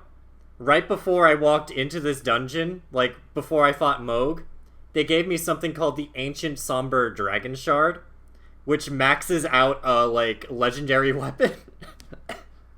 You used it already, didn't you? No, I'm +7. It's +10. You're supposed to use those. So I'm supposed to be fighting +7 things, so I actually think I'm under-leveled for all of this, considering that Really? everything 1 or 2 shots me. Really? Here's an idea. Let's do a training montage for Kevin in the next stream. I'm gonna need a montage. Don't need a montage. Sports training montage. It's funny because this is the only one I can really fight. Because this is the only one I can really, like, cheese. Because I can just, like... I just have to get into a corner. Kevin, we're gonna have to do a montage for the next episode. I'm just gonna actually just play the game of Elden Ring, just pick up where I was in the story. Because I did, like, a U-turn from the city of Lendale just to, like, fight Moog. Yeah. Alright, I'm gonna hop off here. That sounds good. And meanwhile, I don't know why I started this attempt. I guess this is my last attempt, but... you all are free to leave. I will not submit you to this torture. Tim's already gone, and I do think I'm going to hop off, too. Yep. Alright, again, do not stay up all night trying to fight this guy. I will. I have no plans until 5 o'clock tomorrow. I will fight this man. Yeah, exactly. Don't stay up till 5 o'clock. Go to bed. At 5 p.m. tomorrow. Okay. Well, still, don't stay up all night trying to beat this guy. I will. Go to bed. This man has dishonored me. Good night. Yeah, and he's gonna keep dishonoring you because you're under-leveled as hell. I don't know. I've got a good chain going. Yeah, and even then, you've only eliminated a third of his health optimistically. Well, actually, I got halfway, but he has one potion that he used, so he can't heal anymore. Yeah, but it seemed like that giant chunk of health was from your fucking little summon there, not even from you. Hey, I guess you're right. I just need to get him after my... You're not going to deny it. I mean, yeah, I'm not even going to deny it. I just noticed that he used his last thing of healing, and I just need to get him towards my guy. Where's my guy? Help! I don't know. It looked like he was smacking something behind you. Tank man, get him! He might be dead. No, he's right there. There he is. Now he's dead. Oh, that's unfortunate. Okay, now to actually play the game. I mean, you've got him down to, like, almost a quarter health. Oh, god damn it. I can't fight him while he's in the... Well... But you're also out of mana. Next time I'm on Night Gaming. Yeah. Damn. He turns around like nothing. God damn. God damn. It's ironic. It's ironic that the giant, like, fuck you dragon attacks are, like, the easiest to dodge, it seems. No, I did Dragon Priest before this. Dragon is, like, so easy to dodge. Have a good night, everybody. It's actual regular sword play that's like, fuck. No, I should have just done my strength build and gone through. Damn. Have a good night, everybody. Good night, everybody.